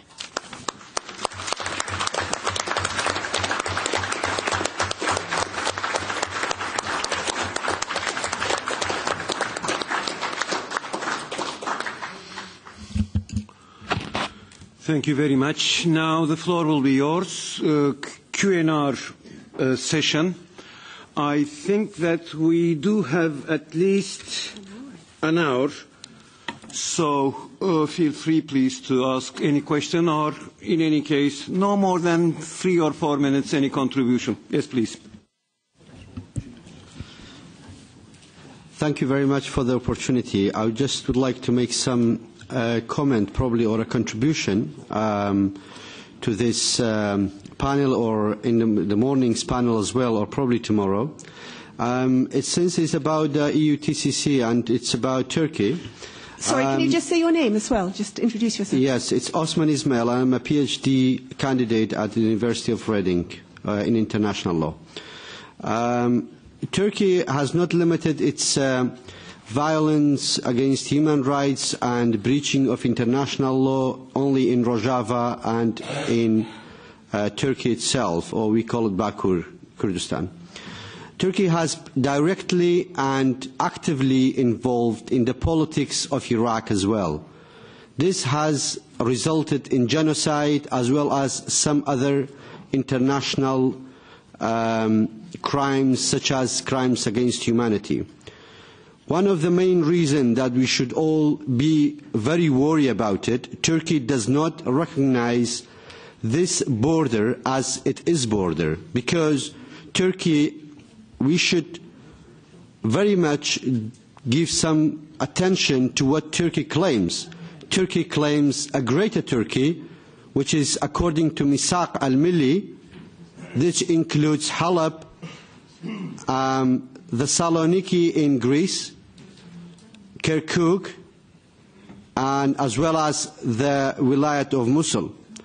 So Turkey, when does it that, it does not see the recognized international borders of Iraq and Syria as their sovereignty, but at its own border, as well as it does not recognize the rights of the Kurds in Iraq or any other parts in other countries as a different nation, or to have a different identity. Therefore, the Kurds as a whole, for Turkey, they are not an existent different nation. Please, we have to refer to the problems of the political, social and legal issues in the region, not only within Turkey, not only to Rojava, but also to the Thessaloniki, which is Greece, as well as to Bashur or the north of Iraq. Thank you. Thank you. Yes, please. Yes, I've got a question to Mr. Jeffrey Miley. My name is Simon Jacob. I'm the chairman of the Central Council of Oriental Christians in Germany, and I'm a journalist as well. So, 1980, I was 2 years old. I was born in the southeastern part of Turkey, in Nusaybin. In 1980, my parents left the area because of the conflict between the Kurds and the Turkish military. So the so-called Suryanis in Turkey, or the Christians, were smashed between two sides. And now I've spent some years in Middle East as a journalist, and I saw this project, northern part of Syria. And I realized it's a good project, but on the other hand, I realized as well, because of my involvement, I was called by the extremists as a kuffar, unbeliever, and the fascists called me terrorist, and even my own people who believe we should stay together with the regime because the regime is going to protect the Christianity or whatever, called me a traitor. Frankly speaking, 1980, when my parents left the area, southeastern part of Turkey, the world was split in two parts. And I understand that geopolitical aspects were more important as humanity. But now, when we think about our participation as non-Kurds, as other ethnic groups, with that kind of movement, as it is in Rojava, for example, who is going to guarantee us that we will not be left alone again? Who is going to guarantee us that if we participate, that it will not happen again what was happened in 1915 while the genocide, or even 1980 when my parents were left alone in the southeastern part of Turkey between two sides? So the question is very simple, because you were telling us that it's a revolution. Clear, it's a revolution. But while we have a revolution, some other ethnic groups, we are not just Christians, we have an ethnic name as well. We see, of course, hope, a light. We see a perspective on that issues as well. But frankly speaking, while I was over there, northern part of Syria, and I had seen how the NATO acted when Turkey occupied Afrin, I realized again, maybe it's better to stay together with the regime. Not for me, maybe for others, because what we have seen is that we were left again alone.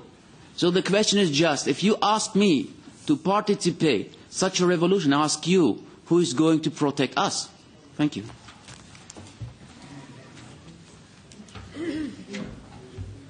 Yeah, powerful question. Very important question that I can't claim to have an adequate answer to. But let me try nonetheless. I think in terms of one of the most important things that Abdullah Öcalan has managed to do in his reflections, his self-criticism about the trajectory of the movement, and trying to really rethink what self-determination and the struggle for liberation means, to transcend a nationalist framing of what the struggle is how he sort of delinked the question of self-determination from the quest for a state. And in doing that, he's attempting to transcend, let's say, a dialectic of majority-minority. And trying to do that theoretically, thinking about the roots of the problem in the Middle East, and thinking about the longer durée of coexistence of multiple peoples, and telling a longer durée story about that, but also thinking about the ways in which the radical direct democracy that they're trying to first theorize but also construct in Rojava provides some sort of institutional guarantees. Institutional guarantees that are, like all institutional guarantees, imperfect in practice, just like the struggle to transcend a nationalist framing is a struggle and not something that can be declared away through some writings, but actually is a struggle. But there is a commitment to a struggle, and there's also a commitment to institutions guaranteeing, first, the ability to organize along the different communities, to organize for themselves, including, crucially, self-defense, militias for self-defense. Now, nonetheless, you're right that it is impossible to entirely guarantee a transcendence of majority-minority tyranny unless the revolution spreads. And so in this respect, I think it's very important, the internationalist component of the Kurdish movement, because it's one thing for Kurdish people to come up here and tell us how important and inspiring Öcalan's message is. It's another when other people from other parts of the world start understanding and moving for that. And so this is really the moment. And it is the crucial question and the dilemma for the Kurdish revolution is, can it transcend the Kurdishness of the Kurdish revolution? I do think that there is a lot of intellectual labor on Öcalan's part, and there's a lot of attempt to institutionalize things on Öcalan's part, but you also bring this other crucial issue, which is that unless the revolution spreads, right now the revolution is cornered, it's surrounded, and forced to collaborate with NATO, be crushed by NATO, collaborate and be crushed by NATO. And so the question is, where are the places we need to be looking at? Where are the places in which, how Rojava itself is being surrounded, those who are surrounding Rojava can themselves be surrounded. So the proof will only be in the pudding if the revolution can spread beyond its Kurdish base. And I think we do see reasons to be I myself have seen reasons to be relatively optimistic when I look in East Africa, how people can see that Öcalan's cause is their cause. You know, Luos and Kikuyus in the ghettos of Nairobi coming together, trying to do things and seeing, Öcalan is saying something that reminds of what the Mau Mau were once saying and what we need to be struggling for again. So this universalizing inspiration and this universalizing aspiration is something that, again, can only be proof in the pudding. But I do think I don't want to underestimate it's one thing for me to say this from here at this Parliament, go back to Cambridge and talk about this, and it's another thing for the people on the ground. So I don't mean to give a sanguine answer to that bloody question. With respect to, I'll say one thing with respect to your question, and it's a related question.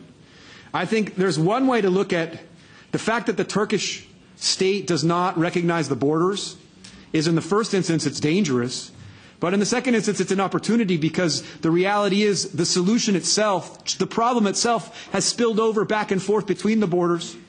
The borders themselves, imposed at the end of the First World War by the conquering colonial powers, are part of the problem. And one of the things, again, to link back to your concern, but one of the things that's inspiring about the Rojava model, the model of democratic confederalism, is it's trying to transcend this notion of borders. And just like the problem is regional and global in scope, the solution has to be regional and global in scope.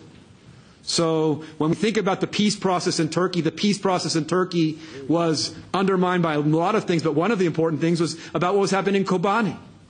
So the peace process in Turkey, the peace process in Syria, the peace process in the Middle East, it all has to go together. Just like the war is a regional war, the peace has to be thought in regional and global terms. Yeah. Thank you. Mikrofonu kapatabilir misiniz? Would you please put off the mic?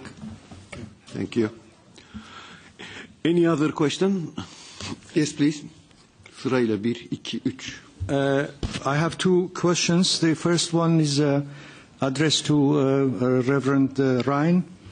You said that about this so-called terror list, and I think in the United States there are possibilities to just initiate a kind of legal procedure. I mean, you can also, what I mean by that is just to protest against such a decision by the, for instance, any governmental organization.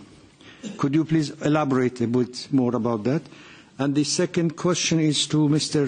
Şakar, Mahmut Şakar. You spoke about, we know that this decision by the General Court of Justice of European Union is not dealing really with the list of terror itself, because the decision about that is a political decision. So the court has just looked at the decision from a judicial point of view, whether it was compatible with the laws of the European Union or not.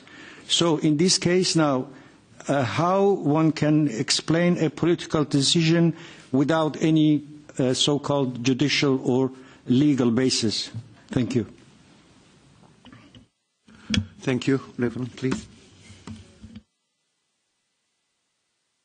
Yes, yeah. My observation on that was based on the fact that 3 weeks ago I was at Parliament Square in London, part of a demonstration, and the Kurdish People's Democratic representative there presented a scenario, and this is something that I hadn't been familiar with, on the whole question of what happened on the 6th of November, and the Deputy Assistant Secretary of State, Mr. Matthew Palmer, presenting this idea of a reward for information on the 3 targeted PKK representatives. And the authorised rewards for information, I found it fascinating and unbelievable in this day and age. It reminded me just of the Wild West. So then I began to look and see where the listing of terrorists began.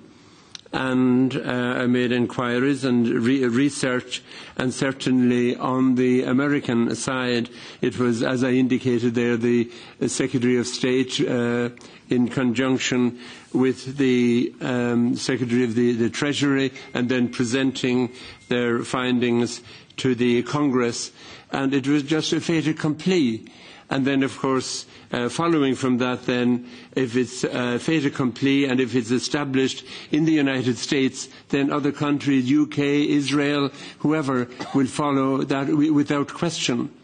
And so the whole process has begun. And then you are stamped as a terrorist because of the say-so of an individual or individuals in the United States.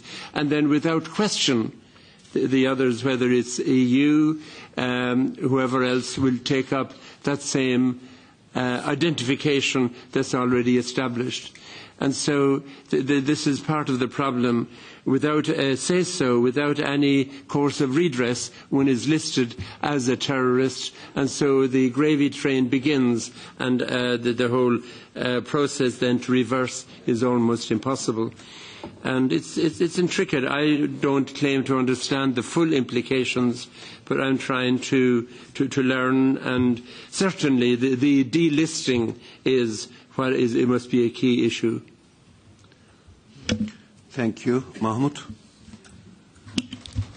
Ya, ben soruyu tam anladığım kadarıyla cevap vereyim. İki noktada cevap vereyim. Birincisi, tabii bu bir idare mahkemesi. Yani listeye alma ve listeden çıkarma Avrupa Birliği Konseyi'nin elinde olan bir şey. Dolayısıyla mahkeme bu konuda listeye alınması ve çıkarılmasında bir karar sahibi değil. Mahkemenin kendi böyle bir özelliği yok. Hatta biz 18 Nisan'daki duruşmada da gördük. Orada mahkeme şunu söyledi. Yani, ben bir uluslararası yargı organı değilim. Yani kendisi uluslararası bir mahkeme olarak görmüyor. Yani başka ülkelerde, örneğin Kürdistan'da, Türkiye'de yaşanan meseleleri burada ele alacak değilim diyordu.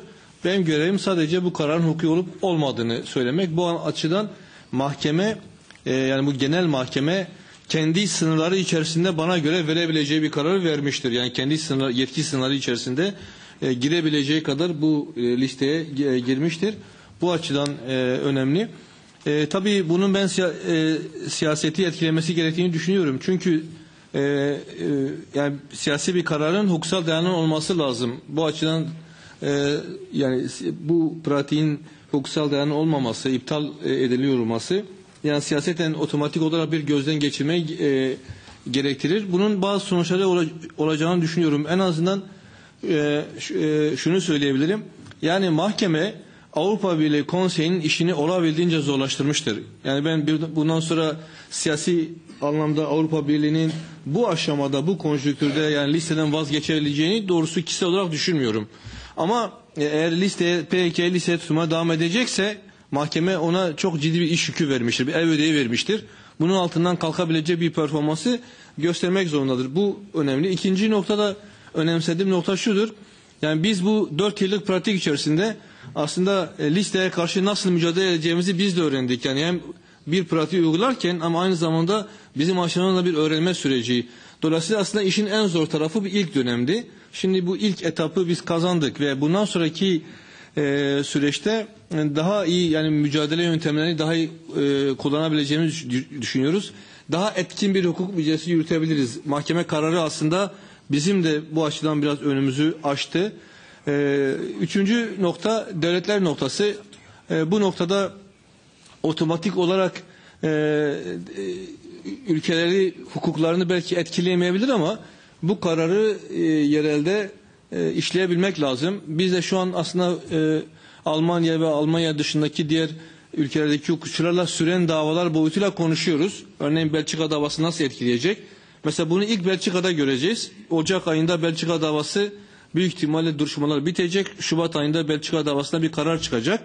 Belçika davasında bu terör listesinin sonuçlarını görebileceğiz. Yani bir uluslararası, yani bu genel mahkeme kararının bir ülke hukukunu nasıl etkilediğini aslında biz Şubat ayında en geç Belçika kararında görmüş olacağız.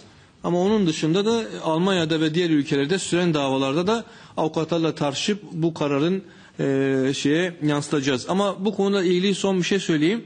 Yani nasıl bir sonuç elde ederiz bilmiyorum yani ulusal yargılarda.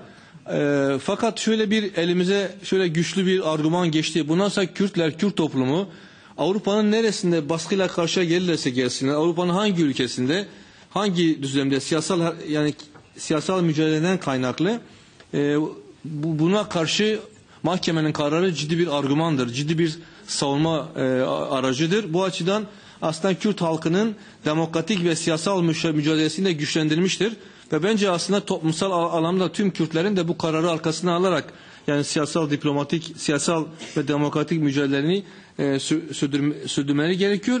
Bugüne kadar Kürt halkının Avrupa'da yürüttüğü mücadele daha meşru bir hale gelmiştir. Daha açıkça savunabilecek bir hale gelmiştir. Benim kanaatim şudur, hukuksal açıdan yapılabilecekler bir parça başarılmıştır. Ama bu başarıyı büyütmek, derinleştirmek biraz da siyasal mekanizmaların işidir. Yani hukuksal bir kararı işletebilmek gerekiyor. Burada siyasi mekanizmalar, parlamentolar, sivil toplum örgütleri bunu değerlendirebiliyor. İşte bu karar yerele daha güçlü inecektir.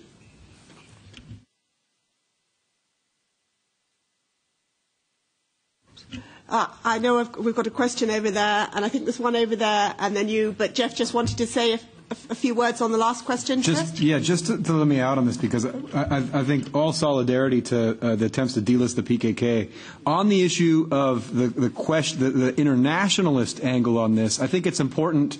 One of the points that was being made this morning to link the struggle and the difficulties that the PKK finds itself in and the Kurdish community finds itself in with the broader war against terror and the logic of the insidious Orwellian logic of the listing. And in this respect, I'd like to mention the campaign against the criminalizing communities, which does very important work and brings together all sorts of different communities that find themselves in a very similar sort of position. The aims and objectives of the campaign against criminalizing communities, I think, are worth citing in this regard. First aim, to oppose all laws based on a pretext of counterterrorism. To campaign for the repeal of such laws. In the British context, this includes the Terrorism Act of 2000, the Anti-Terrorism Crime and Security Act of 2001, the Prevention of Terrorism Act of 2005, and to oppose their use. The European context, the global context, there's a whole regime of these that's been put in place. The third aim, to oppose any measures which would criminalize mere association with a political organization, or which involve detention without charge, or restrictions on freedom of speech, associations, or publication. The fourth aim, to work in close association with targeted communities and build the broadest possible alliance for civil liberties, human rights, and universal values here in Europe. To demand, the fifth aim, to demand that everyone must be treated as innocent until proven guilty, that the right of habeas corpus be restored, and that there should be no punishment without trial. The sixth aim, to defend the democratic freedom to dissent and to resist oppression nationally and internationally. And the seventh aim is to oppose crimes against humanity, regardless of who or what government commits them. So I think this is an important way of thinking about it, linking the plight of the PKK and the Kurdish community to the broader Orwellian war on terror and its insidious logic. So, you there, yeah? Yeah, thank you. In your speeches, some of you made reference to Nelson Mandela and Abdullah Öcalan case similarity and comparison-wise.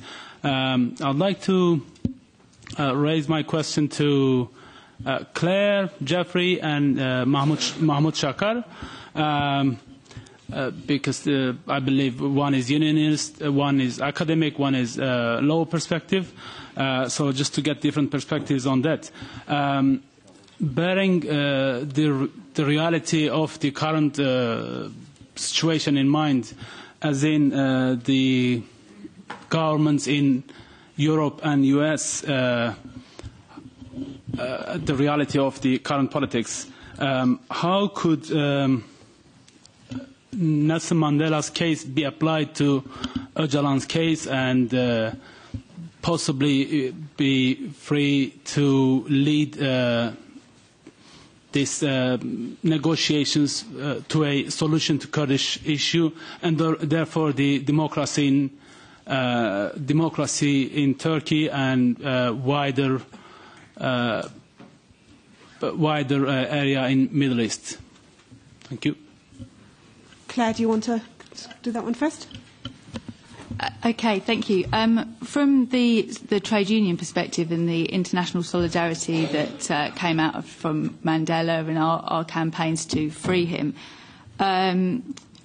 we in Britain we were working with the ANC and that they were deemed as terrorists, and the Tory government at the time was vile towards Mandela. They were to make speeches of him being a terrorist, and the trade union movement came in behind and supported him and gave a lot of solidarity to the social movements in South Africa, AXA, which was supported in Britain, supported all the ANC.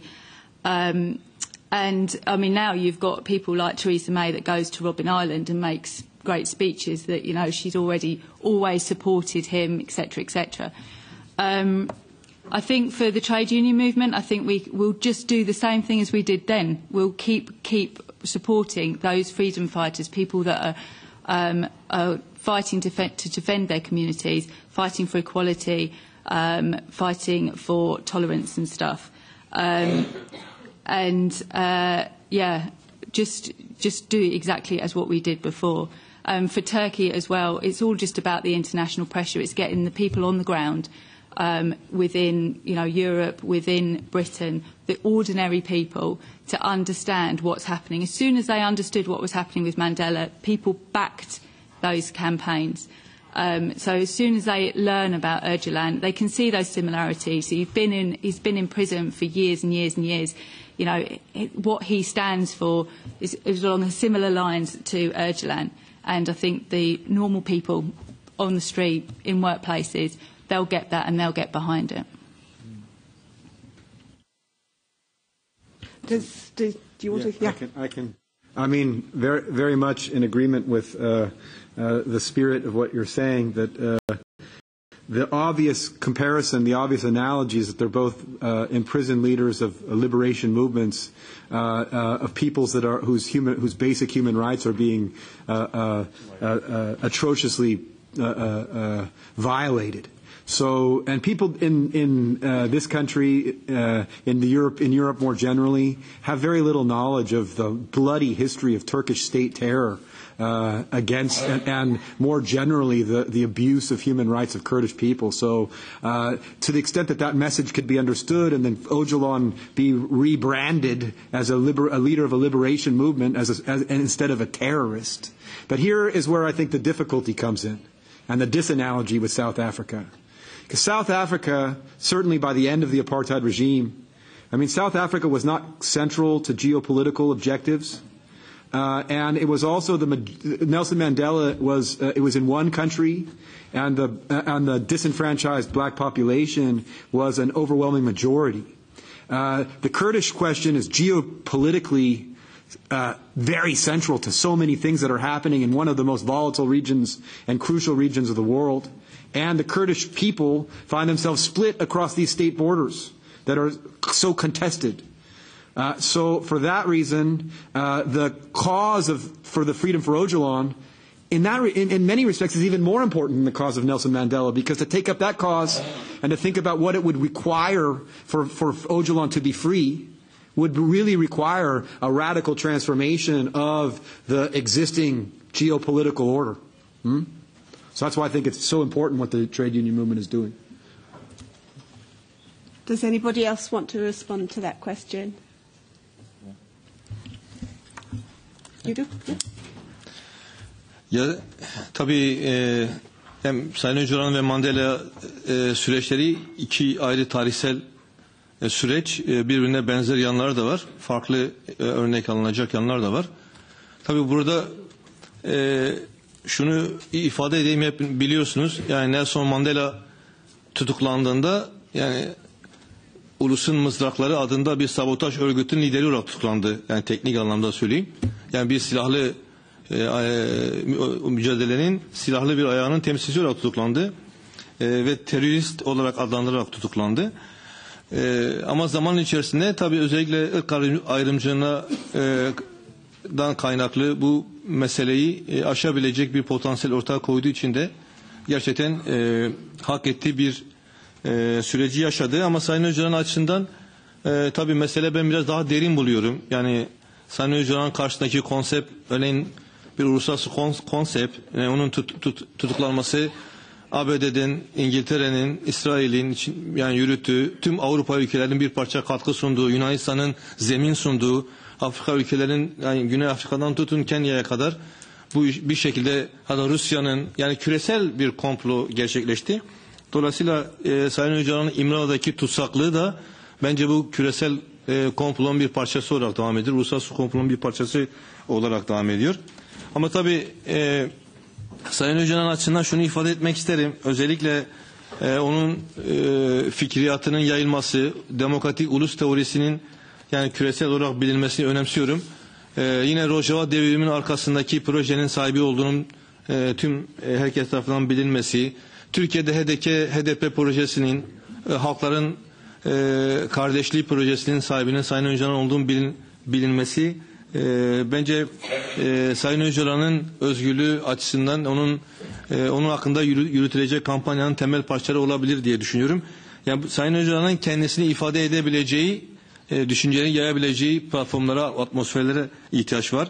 Devletlerin bahsettiğim konseptten dolayı bu Sayın Öcalan'ın özgürlüğüne karşı tutumları devam edebilir ama hakların bir çabasıyla, mücadelesiyle, desteğiyle aşılabilir diye düşünüyorum. Bu açıdan biraz önceki konuşmasında Jeffrey'in söylediği Öcalan'ın mesajının dünyaya yayılması temasını, söylemini son derece önemsiyorum.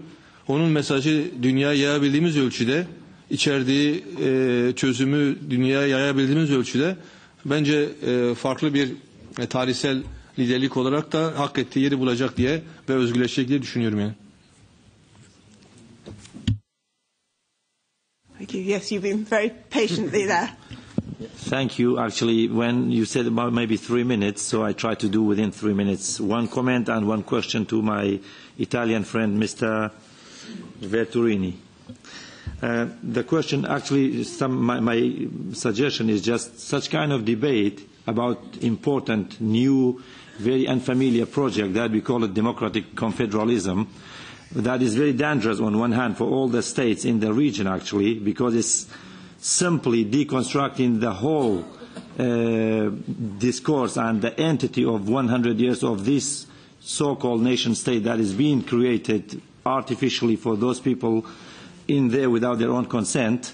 So this is a very new and very dangerous project for those people who they have an interest there. However, this is very, very important for us, for everybody, who are making more and more, promoting the discussion and bringing this discussion into everywhere, not only in the elite and some important palace like what we have in EU, but every single street. Because the nature of this revolution, this project, is not coming from the center. It's coming from the marginalized, non-familiar places when they just been ignored for a long time. Therefore, I think it should be very much promoted from everywhere, not only in the centers of the places. My question is actually, I'm very wondering why such a great project, that to me is a great, because I'm working on this project for the last at least 8 years and I wrote books on it. Why Europe is afraid of such project? Why it doesn't help? Why only tiny minority of the politicians and political will of Europe and European Union are helping and supporting this idea? Only leftists or some of the, some of the minority of the political will in Europe. Why is not doing some promotion of this project to making at least this chaos in Middle East to some relative prosperity that we have in Europe? 80 years ago, Europe was in a big chaos. But within this good transformation that happened, now we have a different Europe. I am so sure within this project, of course, with the promotion and thanks to radical democracy, to me, one of the definitions of radical democracy actually is to make a mistake, but correct yourself, but don't wait until you be perfect and then start practicing. Come and practice and do this. As an example, I would like to say, when for 2011, for the first time I've been familiar with the books of Öcalan and I read this project in detail, I was thinking this is a very big theory, but it's impossible to be practiced.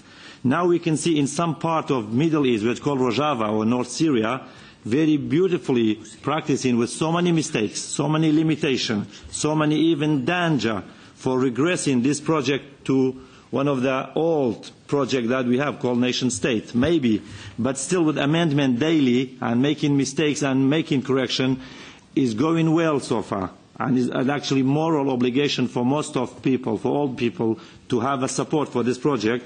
My question, once again, I would like to say to my Italian friend, which is more European than most of us here, why you are afraid of this project? Yeah, thank you. Okay. Hi, hello. Sorry, what's your name? I am from China, associate professor in Middle East politics in Shanxi Normal University in China. Okay. Okay, so it seems a simple question. I mean, why Europe is afraid of this project? It seems a quite easy question, but then the answer is quite articulated because there are different aspects at the same time. Well, first of all, because Turkey at the moment is controlling, Turkey is controlling the migrants. And so that is something that is a card that can play with Europe quite easily. Turkey is just playing the card, don't say anything about what I'm doing in my country, because if you are saying something, I will just open the flows of migrants. And I know that you are quite afraid because your population will not award you with at the next electoral turn. So that is the first answer. And then also Turkey is part of NATO, and it's not just a political alliance, but it's also is an economic bound. I mean, Germany is continuing selling guns and a lot of military equipment to Turkey, and that means flow of cash, jobs in Europe, and something that they don't want to lose. And then there is also another answer. Europe is playing not only with Turkey, but the Kurdish question is part of the great game in the Middle East. We don't have to forget that the division of the Middle East has been made by France and by UK at the end of the First World War, and they made the borders purposely in that way in order to destabilize the region. So even to maintain certain tension in that area is working for maintaining some kind of control is positive somehow to Europe, or in general to US, to the Western countries, to have the destabilized Middle East in order to do whatever they want. And I think that this is my general question from a political, economical perspective. But then if you also go more in the details, I think that European countries are also afraid because from a philosophical point of view, there is a very advanced project, and they don't, for sure, government and states, they don't want to listen about this project that would speak a lot about a possible solution even in Europe. I mentioned about the Catalan, I spoke about the Scottish, I will speak also about minorities in Italy, and there are many, and the democratic confederalism project can apply to many different regions in Europe. But then again, that will be at the cost of the nation state, and they don't want to have that. And just to conclude, you mentioned that the Kurdish project, the Kurdish answer is coming from the periphery. And I agree with you. But this is not the first time that a very radical, innovative project is coming from the periphery. Let's not forget, for example, the Zapatistas. Even the Zapatista, that was another great example, alternative, moving forward from a nation-state paradigm that's been developed in the rural, in the middle of the jungle of Mexico. And again, is periphery. I think that the periphery allows somehow the flourishing of alternative projects. Then the point is, how can we have inspiration and transform also the center? So the problem is now try to move what is happening to the periphery, that is usually is with less control than the center, that allows different movements to grow and so on. How that movement can again change the center. I hope to have answered. Thank you. Yeah, I think that's a very good answer, Federico. I would just add just simply that particularly if you think about the project of local control, self-determination understood as local control in a region where the soil bleeds oil. That's the last thing that any of the capitalist powers that are pushing the region to ever more war and war want. They're willing to put up with and willing to support a KRG model of a kleptocratic kind of oil-dependent regime, but a self-determining democratic and federal regime, that's a direct threat to their interests. Never mind a regime that is openly anti-capitalist and trying to set up an alternative system that works. They don't want us to know about it. Sorry. The lady in white somewhere or other? No? The mic is open. Yes? Yeah, well, I was... Estella, is it you? Yeah? No, it was just, I thought personally it is so important what Mahmut said about the point when Europe decided to deal with the Kurds once and for all by capturing the leader and by making sure he never enters Europe politically alive. And that this was done with the collaboration of all states, obviously led by the US, but we know now, of course, by the UK, that Tony Blair couldn't rush quickly enough to South Africa and say, no, ÖCALAN must not go from Italy, from Kenya, to South Africa, and he must not be a political refugee in South Africa. That was the stop. And from then on, you can count all the wars that are continuing until today. Europe decided this long time ago. And who were the main countries who decided that ÖCALAN had to go? It was ÖCALAN and the PKK. That was decided in Germany with the help of the UK in the 80s after the coup, and also the PKK started the revolutionary struggle. And I think it is very important to discuss these points today, more important than ever, because there was a little period where people thought, we couldn't care less about the Kurds.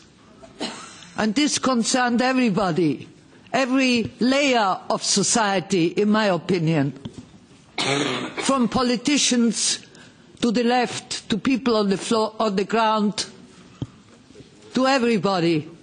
And don't forget, with one of the big questions was how we caught the English people was on the environment, on the issues of ecology, on the issue of how Turkey will be in control of the water in the Middle East, in the regional states. So these are the focus points, are those things which link us to the struggles in Europe. Obviously, first and foremost, on the question of ecology and environment.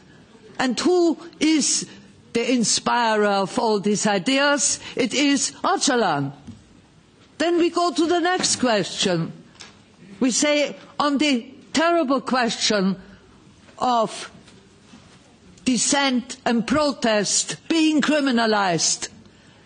Because one important other connection is, it's not just the Kurds who are criminalized.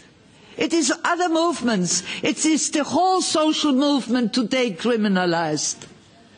The people who were struggling in Britain, you know, they were just arrested at marches.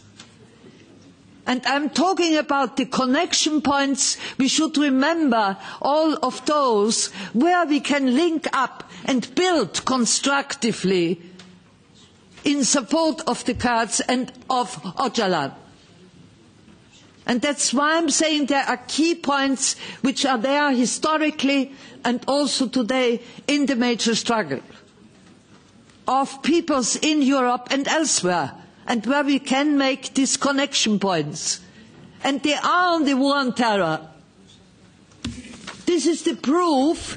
In London, we can count the support of the Tamils, the Kashmiris, the Indians, all those organizations who are on the terrorism list. They would be the first ones to come out and say, yes, we should get off the terrorism list. That's where we start. And the EU has to listen to it, damn it. And the people who are working for it, the MEPs who are still there. And we are coming into this parliament and there are some people who are smiling at people who are bringing protest issues into the parliament, aren't you, over there? No, I find this actually appalling. We should be working together. We should be working together, those who are serious. We have people in this parliament who are serious. And I find it really offensive.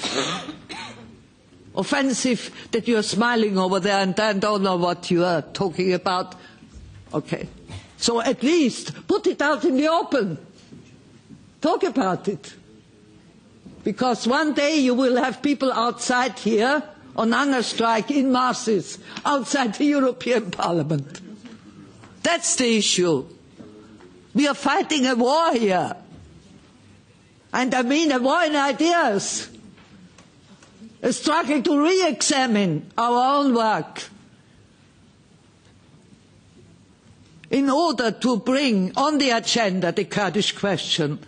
We cannot just deliver and say, oh, we are all for human rights and we can do something. It's nothing we have done. We have now 15 years in the European Parliament. So I think it's a serious issue. The people are speaking, the people are doing it, we have the chance of doing it, and we have, we can build this. And I think it has to be on the major question of the release of ÖCALAN. Absolutely. And I think we will get the support from people. We can get the support when we are making all the connections and explaining the issues, what has been done and what the Kurdish freedom movement has achieved through the power of these ideas. So, yeah.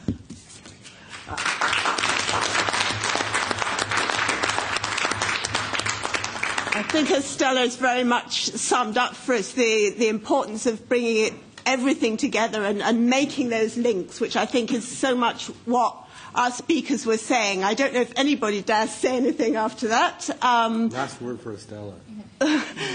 But I know we've got some practical announcements about dinner just to bring, because after all an army marches on its stomach. Here. Oh, we've got, yes, your practical announcements.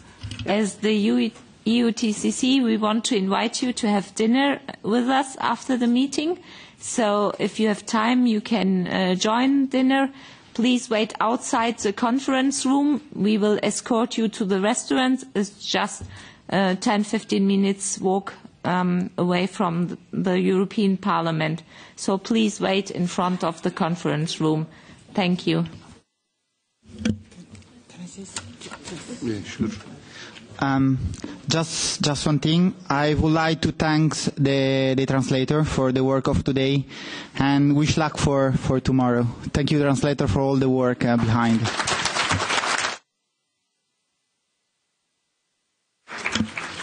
And of course, thank you very much for all of our speakers, and thank you to the floor.